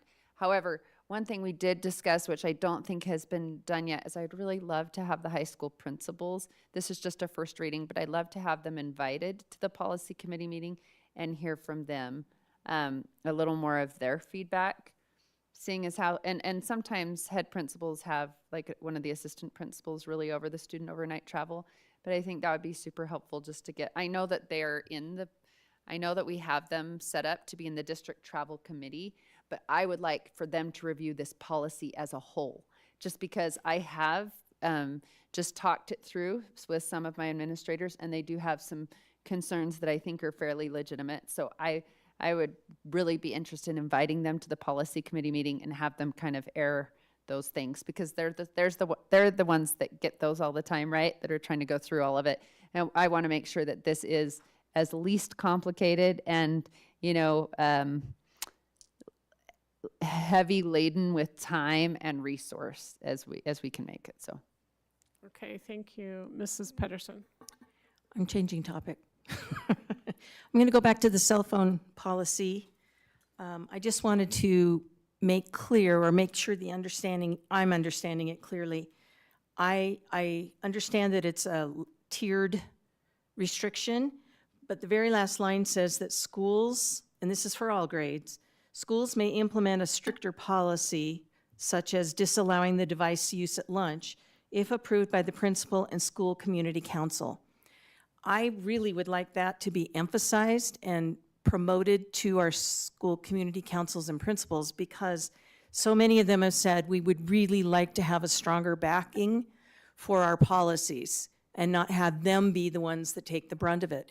We now have a state law that says you're not supposed to use phones in school, but they gave us the leeway that we could modify. I just want to do the same thing. We are doing the same thing for our principals, but I really think that many of them may choose to do a stronger policy if they know that they're being backed up not only by the district, but also by the state. So I don't like it just being a little teeny sentence down there. I would like it to be more emphasized that this is our current policy, but if they choose as an SCC, as a community, and as a high school to tighten theirs up, that we back that. We as a board, I think I can speak for the board, we as a board would back that up, and the state would back that up. And I just want to make sure that our community is aware of that, and that we're not encouraging excess use of our cell phones. but that we really want to make education the priority. That being distracted by phone calls is never our goal. And the less we have them looking at screens, we're talking about Chromebooks, I think phones are worse.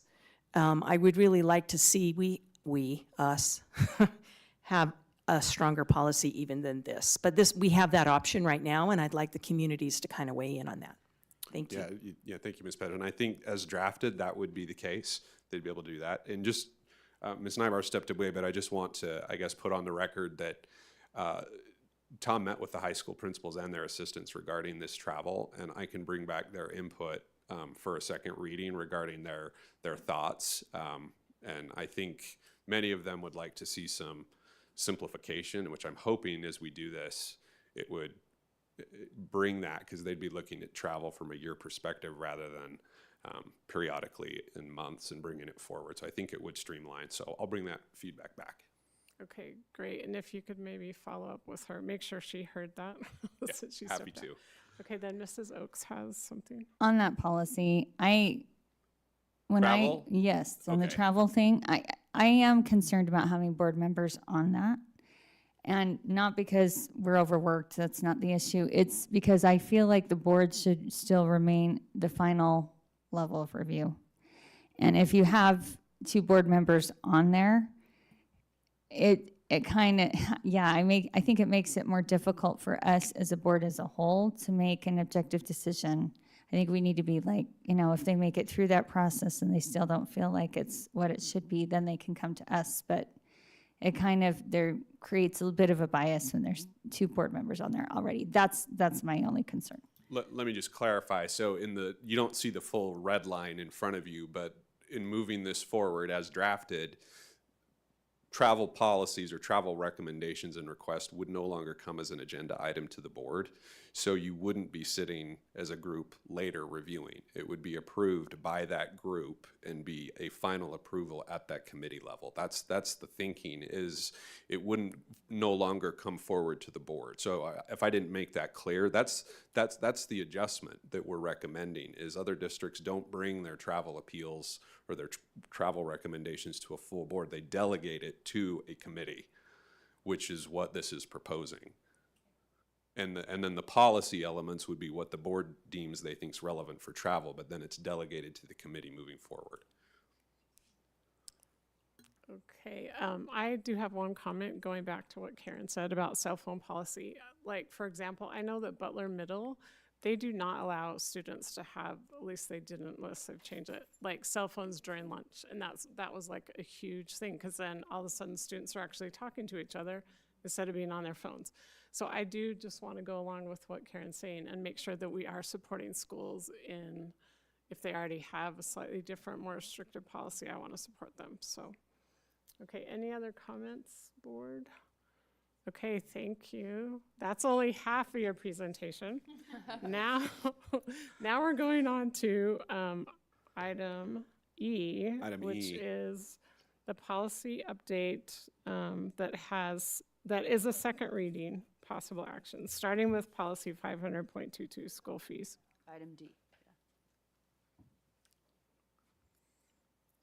Oh.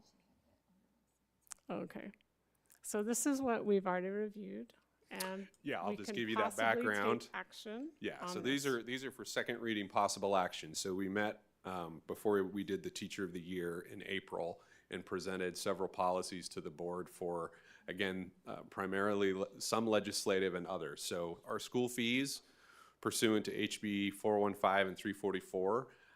We've discussed this in study session. Again, this incorporates new definitions from the statute, and I've already approved the fee provisions for next school year. So there's the school fees policy. I guess one of the main things to note is I think credit towards graduation without fees. That's something that we've placed in the policy, and we'll be looking at how a student would be able to proceed forward, not this school year, but for 26-27 without incurring fees. Service animals in schools, the policy recommends to add more detail. Again, this is primarily based through our ADA process, Americans with Disabilities Act, for either students or employees that may have a disability and are in need of a service animal, primarily a service dog. That policy has been in place for a number of years, and what we're adding is just some language for other individuals that may interact with the service animals, just some more guidance for staff that wasn't in the policy previously. Animals in schools. This is new. As we were discussing issues related to our school campuses, the cabinet of the district met, and there have been some questions just about other animals, particularly dogs on campuses. And so the policy committee recommended 2 changes, a new policy for animals in schools. The first part deals with trained therapy animal dogs. So in state statute, you are allowed to have, so we have a service animal under the ADA. You may also have now a trained therapy animal, which could come on school campuses and be available for students to interact with under strict conditions as outlined in the policy. So in the policy, it talks about they may be allowed on school campuses or specific areas of a school provided proper notice and scheduling. So that's when you're trying to avoid any allergic or students that have allergies, and the district would not own them. They would be owned by an employee or volunteer, and they would have to properly register the therapy animal. So that's the first piece of this policy, adding therapy animals. The second piece is moving forward for reasons of safety and hygiene and student safety. The recommendation is to no longer allow dogs, whether leashed or not, on any of the school district properties, and make it more clear through signage and through risk management, posting signs and making that more clear throughout the district. So that would be new. Once approved, likely given our calendar, this would be up for, I mean, if approved today, a lot of our signs would go into effect for next school year as we're looking at this. Animals in schools, again, then it talks about anyone seeking to bring an animal other than like a classroom pet or a service animal or approved therapy dog on school campuses must receive approval through risk management. The policy also does outline classroom-related pets. So in the slides that I've provided is a shorter summary, but the main issues, we would then have 2 animal policies moving forward: service animals, and then animals in schools addressing therapy animal dogs, and our provisions for restricting dogs on campuses, and then other animals brought through risk management. We moved some languages. We're looking at revising travel. We're moving some of the definitions for an extracurricular activity through our school fee amendments. There's language that deals with providing information to students before they engage in an extracurricular activity. That was in our student travel policy, and we want to move that to our extracurricular policy. And then lastly, again, we have had our field trip provisions in our student travel policy, and we want to move that to a standalone policy. So I can answer any questions. These are for second reading possible action.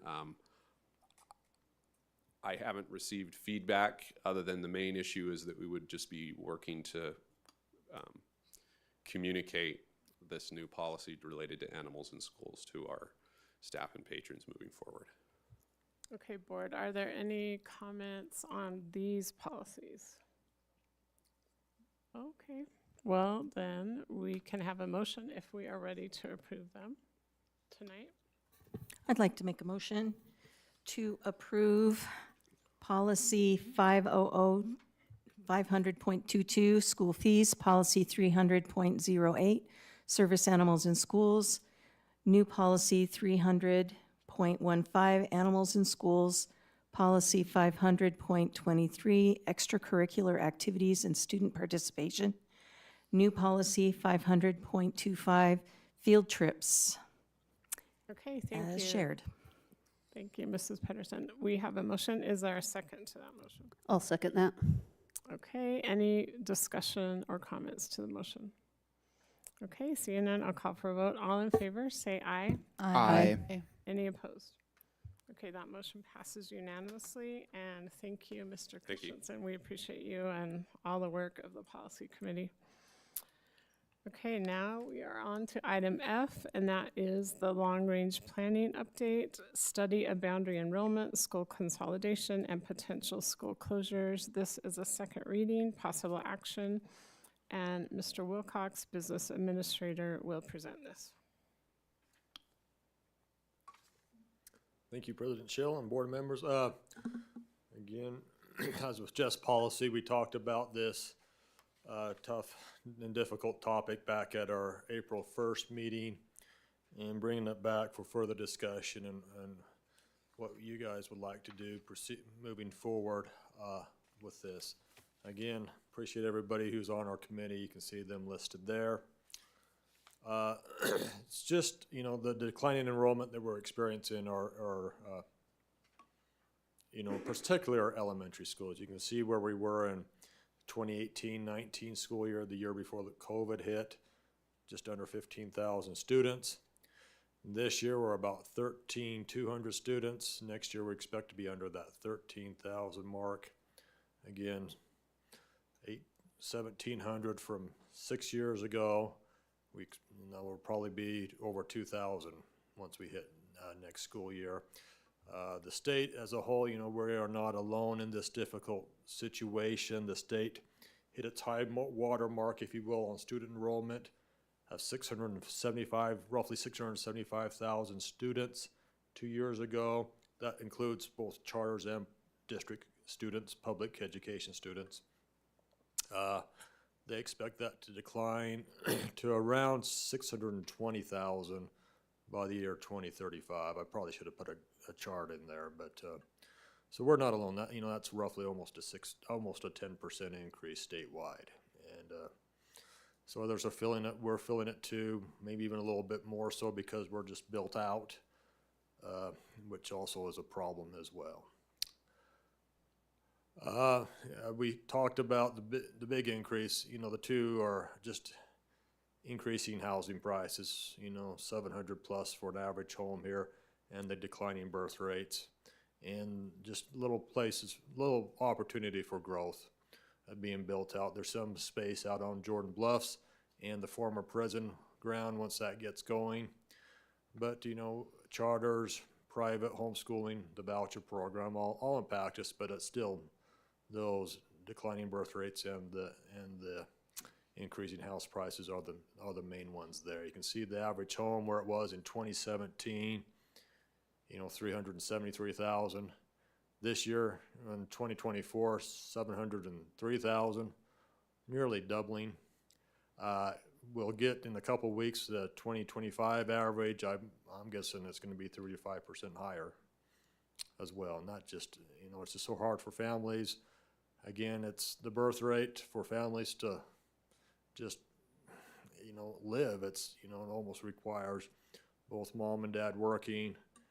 That also affects the birth rate. You can see it in our zip codes in the year 2014. This goes by calendar year, about 3,300. And then in 2023, the last year we have data, you know, we had dropped down to just about 2,500, about 800 fewer. You can see our capture rate, if you will, across. Still capture a lot of our you know, those children who are born here. We believe that, you know, they stay, and, you know, as families get a little older and have a little bit more financial resources, we do have some move back. That helps our secondary schools, but it's our elementary enrollments that really struggle there. We talk about what is the ideal size of an elementary school, and there's, you know, we'd like at least 3 classes per grade, so that'd be at least 18 K through 5 classes. Preferably, we'd like to even go up to 4 classes per grade. You know, that puts us in that 560 range. We had 5 schools, you know, over that 567 mark. Actually over 600 students, and then we had another 5 around that 567 mark. A lot of these are dual immersion programs, or our 2 SALTA schools, Sunrise and Peruvian Park, are there. But it's a challenge that these other schools here that we've listed, you know, we have 10 schools that are This year, we're under 375, and those are highlighted in the kind of the orangish brownish color there. You can see, you know, I listed what their enrollments were several years back. The last year of before our grade reconfiguration in fall of 2013, you know, the buildings were a lot, you know, when sixth graders were in elementary, a lot fuller. We do feel like it's a better educational program that we have now.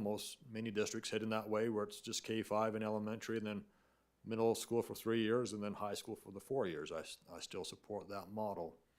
But that does affect our elementary capacity, and you can see where these schools were in the 2018-19, and I just put 2 years ago where they were as well, and what we're projecting them next year. Then I'm going to skip the 26-27 year and put out what we're projecting 27-28. Those numbers may change a little bit. We're running projections all the time, but not going to be greatly different.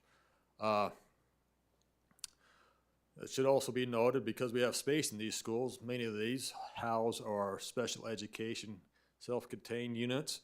We also have, and you can see those with the double asterisks there. And we also, with the kind of the approximate sign, we have 5 of those hold our pre-K programs as well. So again, they're put at these schools because there is room, and if we ever looked at closing or consolidating, you know, we'd have to look at these programs where they could go, because we still need to serve these students. But it's again, part of the challenge is these buildings, these 10, you know, it's just the age and the condition of the building. They were all built around the same time. Some have had significant remodels done over the last several decades. Others have not, or need quite a bit of work on them. Again, you can see this year's enrollment. I always use the October 1 enrollment because that's state funded. Our projected enrollment for next year, the capacity of the building, and the capacity will vary a lot. It's going to vary based on the programs that are there right now. And if you pull out some of those programs, the capacity will increase those units. But if you keep them there, you know, it's going to shrink the capacity, if you will, of the K-5 students there. So that's something that has to be considered. And again, what we call our FCI, or Facility Condition Index, you know, the higher, the lower the score, the better condition we feel the building is in as we go through it and evaluate it. The higher, you know, the more work is needed at the buildings. All these buildings are aging. They all need work. There's no doubt about that. But some have received work. I know Bella Vista and Copperview, before the split in 2009, Jordan District did quite a renovation. Each one of those, since we've been a district, we did a pretty big renovation at Willow Canyon back in early 2010-11 range. So that's why they're a little bit lower. These others ones, you know, we've tried to just maintain them the best we can going forward. They're all, you know, 8 of these schools are connected and concentrated up there in the south, the northeast part of the district. You can see our boundaries there. You know, obviously back in the 70s, during this boom, if you will, Jordan School District needed to build a lot of schools, and they did a fantastic job of that. But you can see there are somewhat tightly clustered there. A little bit, we could have, and we can put in a map where the others are a little bit more spread out in some of the other areas of the district. You can see Sprucewood and Copperview do not touch. As a committee, we talked about these, and if we're going to do a study, it's our recommendation to pull these 2 out of the study because they do not border a school. We feel like Copperview, with all the growth potential out there on the bluffs, you know, is going to be needed at some point. So we'd recommend pulling that out. And Sprucewood, again, because it doesn't boundary a school, we'd recommend pulling that out, but, you know, still come back at a later date and study that and see if there's something we can do. But again, we are losing students now in the southern part of the district, so it's kind of the robbing Peter to pay Paul if you adjust boundaries in that area.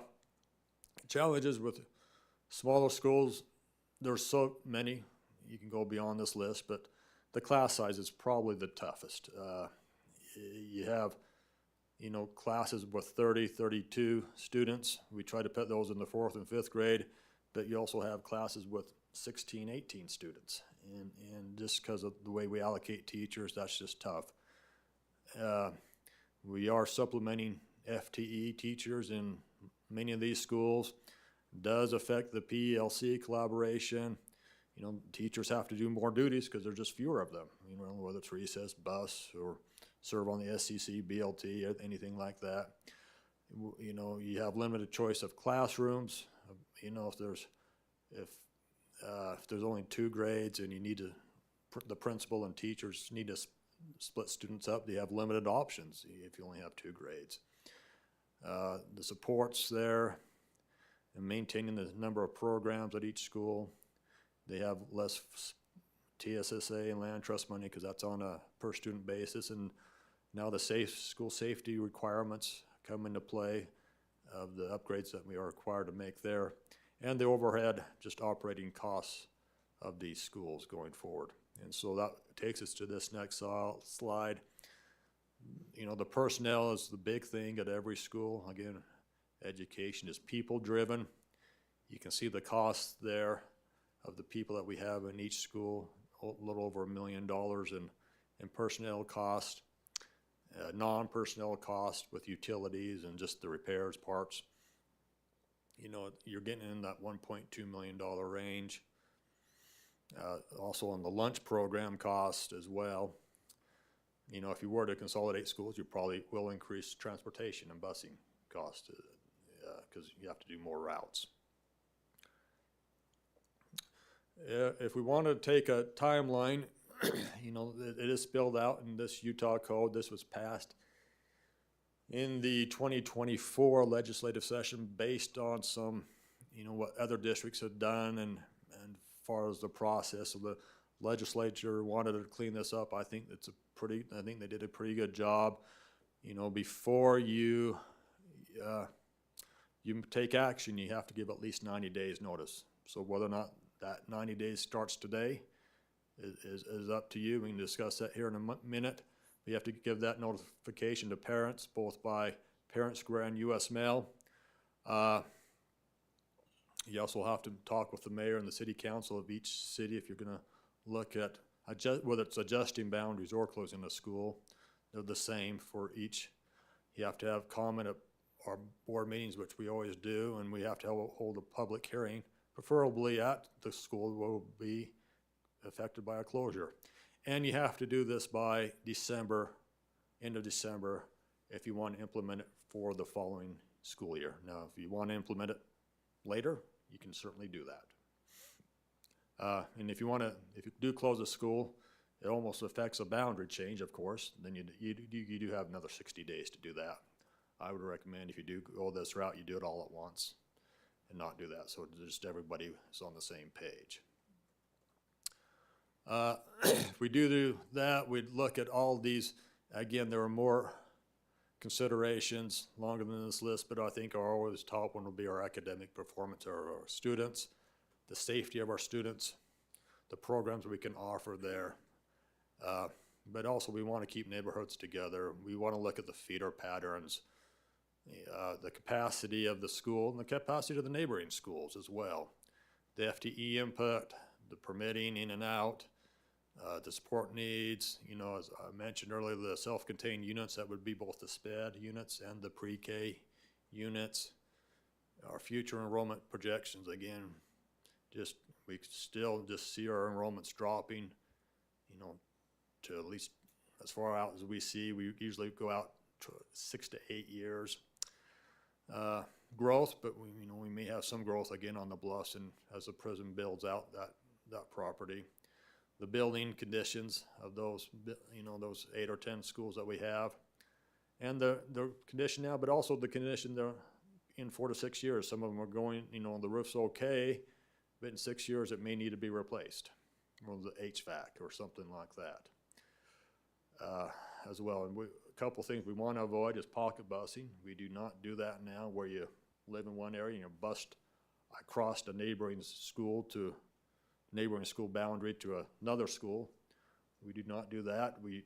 Jordan did it in the past. We actually did it for the first couple of years here, but we do not do that now. Any safe walking routes, the playgrounds, the fields, and again, the safety of our students. So, and there'll be other, you could certainly add more items to that list. One of the things, as we talked briefly about the committee is, do we look at we don't have true feeders in canyons. Some areas we do, other areas we don't. And do we look at maybe trying to, I'll use the term, clean up our feeder process in some of the areas of the district. Again, we really haven't done this since 2013 at the elementary and middle school level. We did it in about 2018 for the high schools, but again, the elementaries and middle schools were not touched at that time. Some of the issues as we looked at it was you take Oakdale, for instance, it feeds into 4 middle schools. Most of it goes into Albion, but I'll use my little clicker here. There's a little piece right there that goes into Butler, and a little piece here that goes into Butler, a little piece that goes into Midvale, and a little bigger piece that goes into Union. Again, probably 70% goes into Albion. But do we look at cleaning that up? Granite has 3 feeder systems. Again, the bulk go to Albion, but some go to some go to Eastmont, some go to Indian Hills. And Brookwood has 2 between Butler and Albion. Now, some of this gets cleaned up by the parents just in their permitting process, throughout the time, but is it something that we want to change so they don't have to do the permit process as well? So that's something we may want to look at. The other 5 schools that we're maybe proposing to look at do feed directly into the whole student body, if you will, does feed in directly to a middle school, as do many of their other districts. But you can see the green lines are the middle school boundaries, and the brown lines would be the elementary boundaries there. So here's a couple recommendations. Again, we can talk about these before you make one.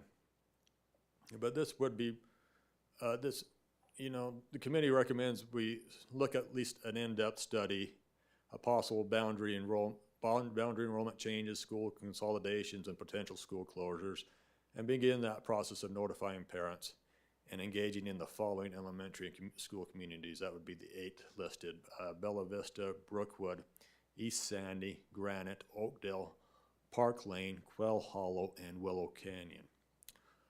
We also recommend that if we're going to do that study, we need to go through the process of notifying the parents and guardians of the following elementary schools that their boundaries could be changed. These are the ones who border these schools.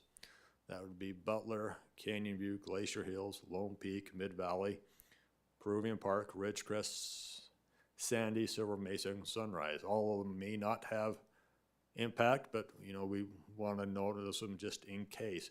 I want to emphasize we are not looking to close any of those schools that I just mentioned, whether they're part of a boundary change or a consolidation remains to be unseen, but certainly they would not close.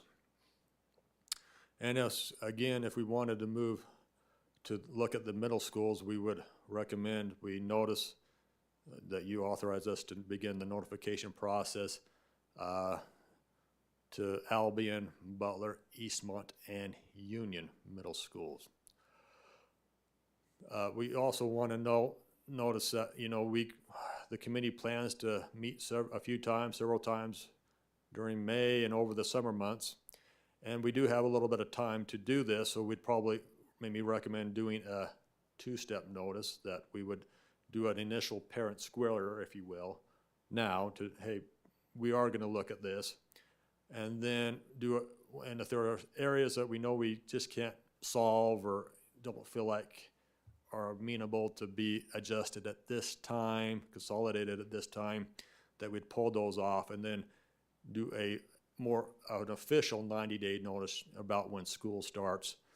Again, that would have to be both, again, by parent square And by this time, it would be, the US mail would be required for this. So maybe a little two-step process that way. If you wanted to implement it by take the, vote in December and implement it by the end of the school year, the calendar year for, again, the 26-27 school year. And of course, you always can move it down years later if you want as well. So with that, be willing to discuss any questions that you have. Okay, Again, I just want to say, this is as I said last time, this is a sad situation. We really, really wish we were not in this situation. Other districts are the same as us. They wish they were not in it. But it's a national trend right now, and it's not an easy thing, and just wish we were not here. But something that at least the committee thinks we need to at least look at. So turn it back to you. Sorry, President Schill, for interrupting here. Okay, thank you, Mr. Wilcox. So board, are there any comments? Yes, Mrs. Dolly. A couple comments. One is just a reminder, this is just a vote to open the study. We're not voting on any school closures or anything at this time. Secondly, the writing is on the wall, and this is not something we want to do. It's not a pleasant process to go through for any of us in our community that are involved with this or the board. But also with our declining enrollment means we have less money coming into the district every year. And so trying to be wise with our taxpayer funds is we need to look at how we can save money and also provide the best education possible for our kids. And Leon has well laid that out with how it's going to provide better education for our students and our teachers by being able to balance these class sizes, have more support in a building by having 3 to 4 classes in each elementary school. Okay, thank you. Mrs. Pedersen. I also want to point out that boundary changes have been requested for years by our community. Before I even ran, I had people say, why don't they just change the boundaries so we can get more students feeding into some of these more troubled schools that keep declining so quickly. And so this is another way to answer that problem. It's been a long time. When we were in 2013, this is a whole different situation. There was growth. I mean, everything that we're dealing with now did not exist at that point. So the needs have changed and the concerns have changed. And I think the community recognizes that that would be a very logical thing that we need to do. And of course, if you shift the line, it's going to affect people on both sides of that line. So that's why so many schools are listed. It's just simply to put them on notice that there may be some impact to that school. Likely, there may not be, but we are by law required to notify anyone that could possibly be affected so that they're aware. So right now, we haven't identified any schools more than just looking at their enrollments, but as you saw the list of considerations, we're going through each of those considerations on, I don't know what number slide that would be, but a couple slides up. And actually looking at each school and which condition and what's happening with all of those criteria. It's going to take some time. So I don't want anyone to feel like we're rushing this, we're trying to run something over you. We are telling you exactly the kinds of things that we have to look at. As you can see, there's more decisions that we're having to take in consideration than probably you did to buy your new home. When you moved into your home and the property, you said, oh yeah, where's the school? Where's the grocery store? And you looked at the neighbors' yards and you looked at the cost. You didn't go interview all the neighbors, and that might have been a thought. But we're having to really, really be careful that we are doing the very best we can for, number one, our students and our communities. And the second benefit would be our personnel that are supporting your students. Those personnel will not lose jobs. We will obviously have to restructure where everyone goes, and that won't be a happy change. But we will do what we need to do to make this be the most pleasant thing that we can do. I don't know if we can do this in 1 year. We haven't really defined how fast we think we can get this done. It'll really depend on the next few meetings and being able to go through these considerations, and if we can actually identify in time enough to be able to present that, to be able to get that off the ground. I almost would rather rip the Band-Aid off a little bit quicker than to drag it out, because that's stressful for the community. It's stressful for the teachers. They don't know what to plan. Principals won't know, okay, I'm only going to be here for 1 year. You don't want a lame duck school year. So there's so much that we're looking at, and we want you to know that we really, really do care about your input. We care about our students. We live in your communities, and that we are going to be contacting you about everything that we know at the times that we know it. Right now, we're just following the law that says we're identifying who may be impacted. We haven't identified any closures, so we don't have a 90-day rule yet. And sending out the paper notification is when we're more specific, when there really is some concrete information to share with you. We're literally at the very top point where we're just letting you know that we're approving as a board today that we are going to go ahead and study these schools, and that we've let you know that we are studying them. And that's kind of where we're at. But we are meeting as often as we can get together. It's not like every week. There's lots of other things happening too, but we promise that as we go along, there will be tons of transparency. We're creating, with communications, an information site that will be constantly updated, right, Kirsten? And yeah, they're going to be launching that right away. There's going to be multiple ways that you're going to be knowing what we're doing, and you are welcome to contact any of us with your input individually, or come to, well, you can't come to study sessions because that wouldn't get anything done. But you can contact us and we can take your information and share that, and then we can share it back with you. So I just wanted to point out that we're not happy about having to do this, but I think our first look is, will shifting boundaries solve a lot of the problems? Will it solve all of them? No, we may have to combine some schools, but if so, what are the pros and cons? And we're going to really look at that. So I don't want anyone to panic yet. No panic, just an awareness, okay? It's like the weatherman telling you that on Saturday it's going to rain, and you're going, sometimes it does, sometimes it doesn't. That's kind of what we can tell you, is maybe you will be affected and maybe you won't. But there's a chance you will, okay? So I just wanted to make sure that you understood kind of where we're coming from. Okay, thank you. Superintendent wanted to say something. First off, yeah, thank you, Leon, for this great work. Nobody better at explaining this and understanding the issues than Leon. Just a couple of thoughts. One is, looking at all of the criteria under the long-range committee considerations, and I'm just throwing this out to the full board and Leon for consideration, but maybe if this is the direction we go, what type of metric, do we look at? I know there's models out there, Granite, Salt Lake, other districts have gone through this process to give a score or a metric in each of those categories, to just be as finite as we can about how we're defining that, not just, well, this is, Rick's opinion or Leon's opinion that we should do this or that, but, and I know we've done these kinds of indexes before, but, so just that thought to bring some clarity. I also just, point out again, I think it's important to note not only the law, but fiscal accountability is one of our tenets in the district that the district was founded on, and I think Leon has been, and the board has been masterful over the years of really making sure that we are fiscally accountable.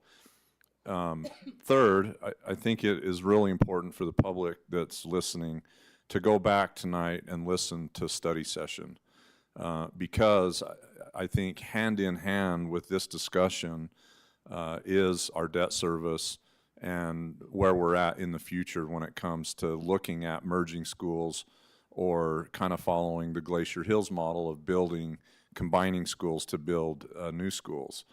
You know, and that may be part of the study, that we want to understand the, you know, our public's propensity, if that's something that they want to consider. So, you know, I think all of those issues combined are important when we get right down to it. And then lastly too, this is just another thought to throw out as we look at this, but just with that metric, Leon, maybe this is more for you, but process by elimination. I mean, once the school names are on there, are they on there for perpetuity, or is there a way that as we rank or look at this index that those names can be pulled off, that we drill down You can pull them off. to a smaller group?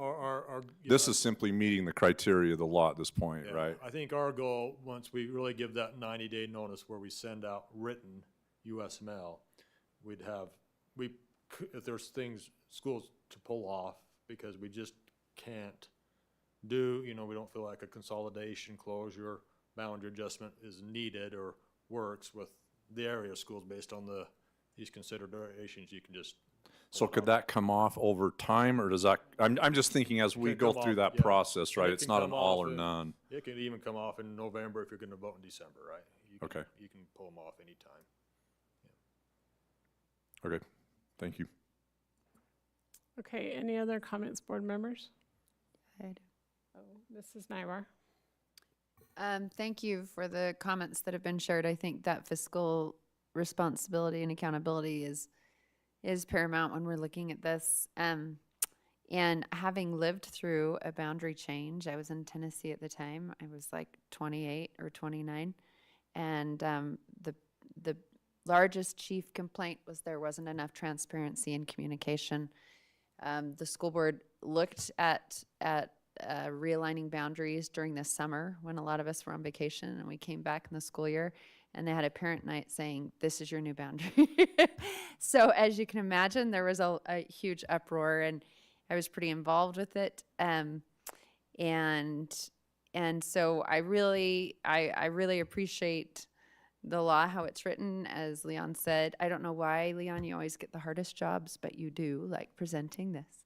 But you know, like you said, I think it does a great job of addressing how to be transparent, how to do a good job of communicating, which is going to be super important. I really appreciated the parents' comment earlier tonight from the community that was talking about, are we going to look at how to ease the transition? And I just want to tell you, absolutely.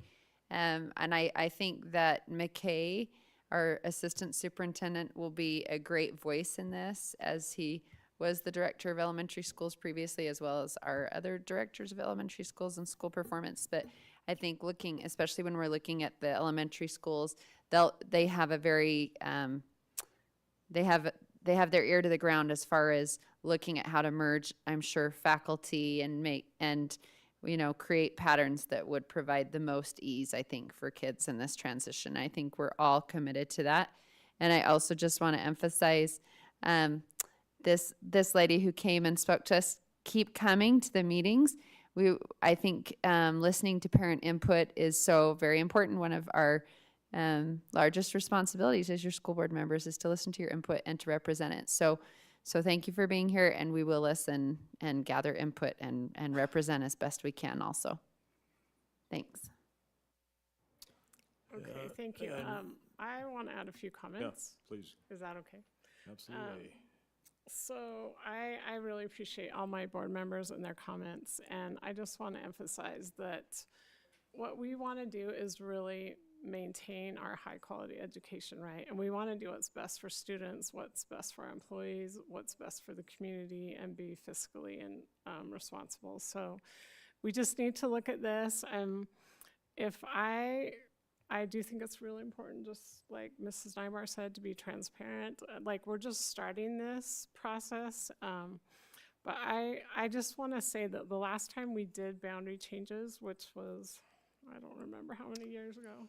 It's about Was it 2016, 17 for the high schools, and then 2013. So the last time we did that, we actually made the decision, and then it didn't go into effect for 2 years. And I just want the board to consider that, because I'm not saying draw out the process for 2 years. I still think we should probably make a decision by December, but maybe let's consider if we want to do it in, the fall of 26 or the fall of 27.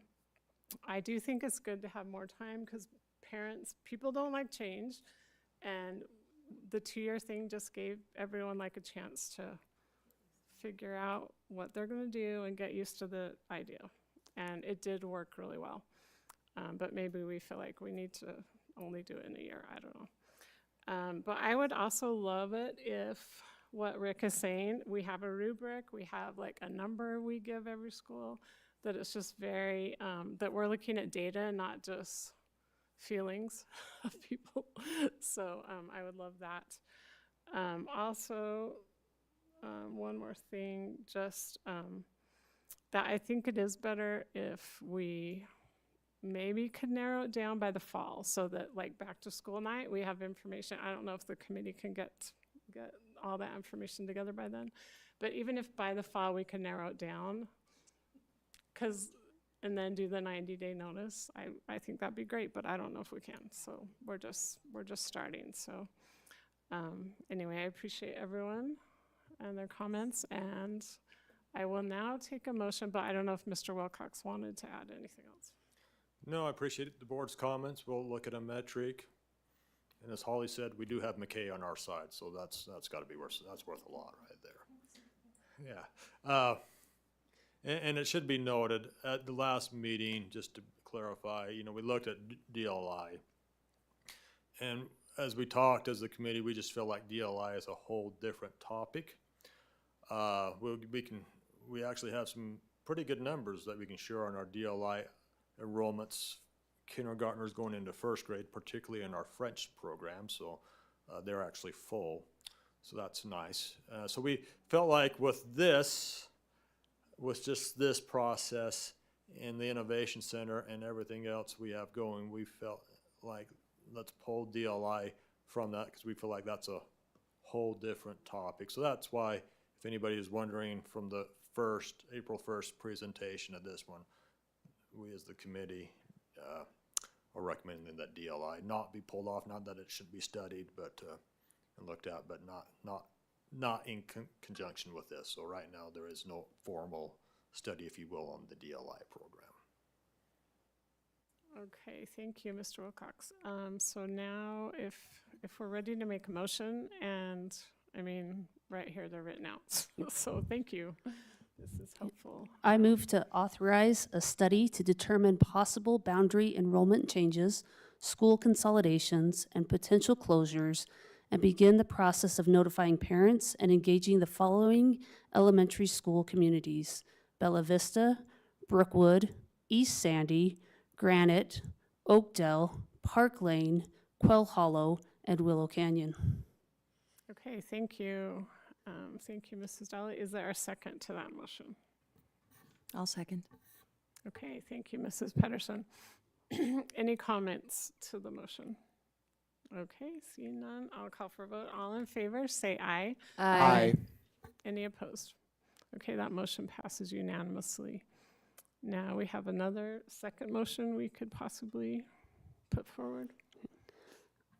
I move to authorize the administration to begin the process of notifying parents and guardians at the following elementary schools their school boundaries and enrollments could change. The schools are Butler, Canyon View, Glacier Hills, Lone Peak, Mid-Valley, Peruvian Park, Ridgecrest, Sandy, Silver Mesa, and Sunrise. Okay, is there a second to that motion? I'll second it. Okay, thank you. Any discussion to the motion? Okay, seeing none, I'll call for a vote. All in favor, say aye. Aye. Any opposed? That motion passes unanimously. Now there is a third motion. I'd like to make that motion, a motion for the board to authorize the administration to begin the process of notifying parents and guardians of the study at the following middle schools as their school boundaries and enrollments could change. The schools are Albion, Butler, Eastmont, and Union. Okay, thank you. Is there a second to that motion? I'll second that. Okay, thank you. Any discussion? Okay, all in favor, say aye. Aye. Any opposed? Okay, that last motion passes unanimously. We are now to, thank you, Mr. Wilcox, for your work on this. And we are now to staff comments, and we'll start with the superintendent. Just a shout out and thank you to all of our negotiating teams and through the process. Again, it was great. We just really appreciate that relationship and look forward to more success in the future. Thanks. Okay, thank you, Superintendent. Mr. Wilcox. Just echo that. Big thank you to both our teachers, ESP administrators, for negotiations. I know it's not always an easy process, but again, thank you for the professional way they do it, and that we can collaborate and try to make things better for all our employees and our students moving forward. So that's all. Thank you. Okay, thank you. We will start board comments with Mrs. Nybar tonight. Okay, first off, I want to extend a huge congratulations to Corner Canyon's Theater Department for winning the big trophy in first place in state. That was awesome. Also, I've had the occasion to do a lot of volunteering at Willow Springs in the last few weeks, and I have I've got a son that's needed some additional supports, and I've been so grateful for the school community there and everyone working to help. I've especially been impressed with just, it doesn't matter what role faculty members have, as I've been out in the hallway with my son, they don't hesitate to stop and talk to us and try to extend some help. So I've been so impressed with that and all the systems at work. I was able to watch their butterfly release when Amanda was talking about science units. It was really fun to see these kids. I've been there a few times as they, watched the whole process unfold with the caterpillars and into butterflies. So that was neat. I want to recognize our teachers, as it's as Mr. Haney was saying, given today. I'm so grateful for our teachers, for all the time and effort they put into the classroom and for the love they have for their students. That's another thing that I've just been so impressed with is, especially in this little first grade class, Mrs. Tatum at Willow Springs, she has built such a community with her classroom and her kids. They are just like one big family, and they really work well together as a unit, and it's just so fun to see that. And again, just in closing, I'm so grateful for the land trust and TSSA plans. They were awesome and very strong, and I'm super excited with those strong goals that we have. So that's it. Thanks. Okay, thank you. Mr. Lewis. All right. First, I would like to congratulate Hillcrest on their Best of State award for theatrical education. That's really, really awesome. I'd also like to give my appreciation on today, National Teacher Appreciation Day. Teachers make everything possible, and I just want to know that they're appreciated. I also have one statement I would like to read. Today's the last day before HB 77 flag display amendments goes into law. My disappointment in this law, not just as a gay man, but as someone who believes in strong and inclusive learning environments, is immeasurable. Let us be clear about a very simple concept. Taking pride in who you are and your community, especially in this case, is based in pride, in resilience against a history of oppression that members of our community have faced for decades in this country. Displays of inclusivity and displays of pride flags, for example, in specific, are a simple display that a place is welcome to all, specifically and including those who are represented by that flag. I would like to share a personal story about my experience in public education and why I'm so passionate about this particular issue. I came out to my friends on January 24th of 2021 for the first time to anyone in my life. The very next day, I was horrified to walk into my school, not just because I was scared of facing discrimination, which I wasn't, but it was because I had made such a profound change in the way that everyone around me would perceive me for the rest of my life.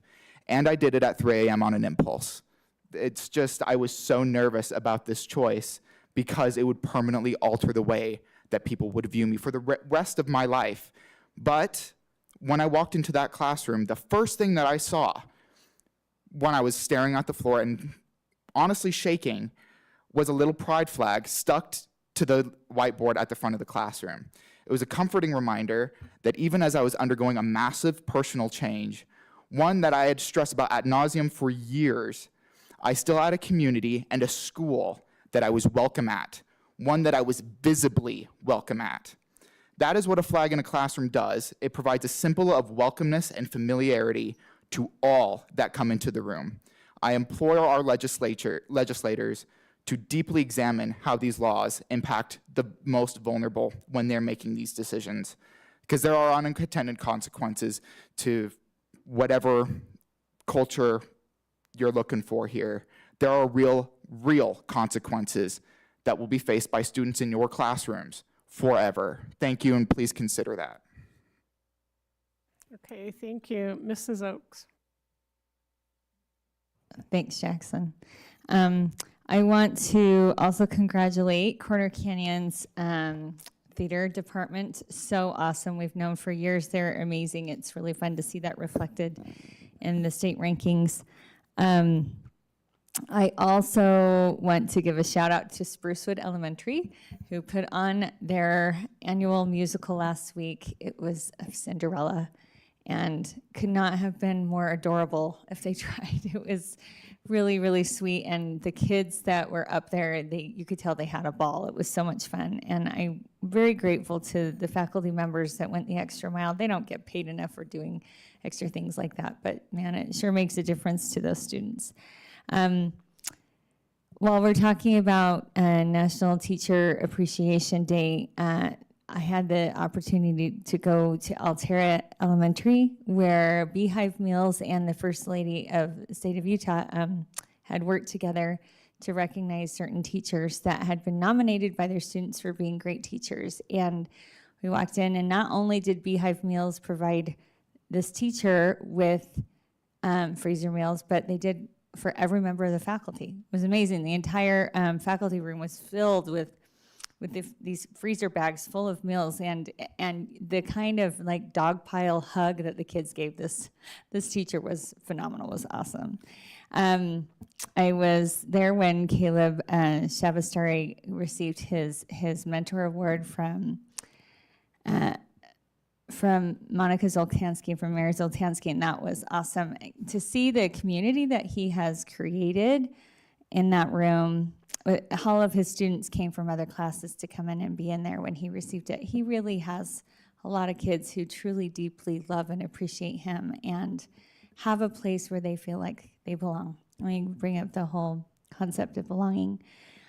Well, I would be remiss not to mention something tonight with regard to teachers and how they've made a difference.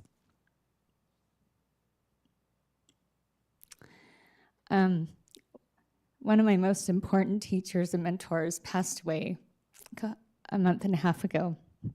His name was Jack Ashton. He was an orchestra teacher at Olympus High School for 35 years, was a violinist in the Utah Symphony for decades, had a private violin studio for 60 years. I mean, imagine that. He would get up, he had 8 children, he would get up and start teaching lessons at 5 o'clock in the morning, and had youth orchestras that he organized in the area and impacted hundreds and hundreds of us. And I had the opportunity to perform at a memorial concert on Sunday evening at a Bravenel Hall, where many of us who had studied with Jack over the years came together along with his current students and performed pieces of music that had made indelible impressions on us for years. It was fun. Steve Nelson from the Piano Guys is one of those kids. He got up and was one of the MCs along with Marshall McDonald, who's a well-known and respected composer who was also influenced by Jack. it was so wonderful to have, they turned around and asked members of the orchestra of how many of us had gone on to perform professionally, how many of our children had studied music, how many had become music teachers themselves. It was unreal. And it was a visual reminder all over again of the kind of impact one teacher can have in the lives of students. Jack at one point received the Utah Governor's Mansion Artist Award and was featured on PBS for his work. And it was so cute because he said, you know, I could have gone into a lot of things. I could have done this, I could have done this. I would have made a lot more money. He said, but I wouldn't have had nearly as much fun or have had as much impact. And I think that that is true of all of our teachers. They are not in this for the financial reward, that is for sure. And they're not in it because it's an easy job, because it ain't. They're in it because they understand the law of the late harvest, that you plant and sow seeds with young people who will one day become something more because of their influence and impact. So I want to give a shout out to all of the Jack Ashtons of the world. I think Caleb Shabastari is going to be another one of them. And Caleb knew Jack personally. He and I talked about it. But it's not just in music, it's in every discipline. There are people who are life changers in this profession. And I think about them a lot in this role. And I'm profoundly grateful for them and for the influence that they have, not just on my life, but on my children's lives. So that's all I have for tonight. Okay, thank you. Mrs. Dolly. Thank you, Amanda. It is a great reminder of the lifetime impact that teachers have on the lives of children, that I still remember lessons taught by teachers and coaches that I've had throughout my life, each and every day. So we thank our teachers on this Teacher Appreciation Day and week for all the work that they do, and that isn't sometimes not done in public, that it's, you know, the many hours they spend after school hours trying to do the best and what is needed for each of those students in their classes.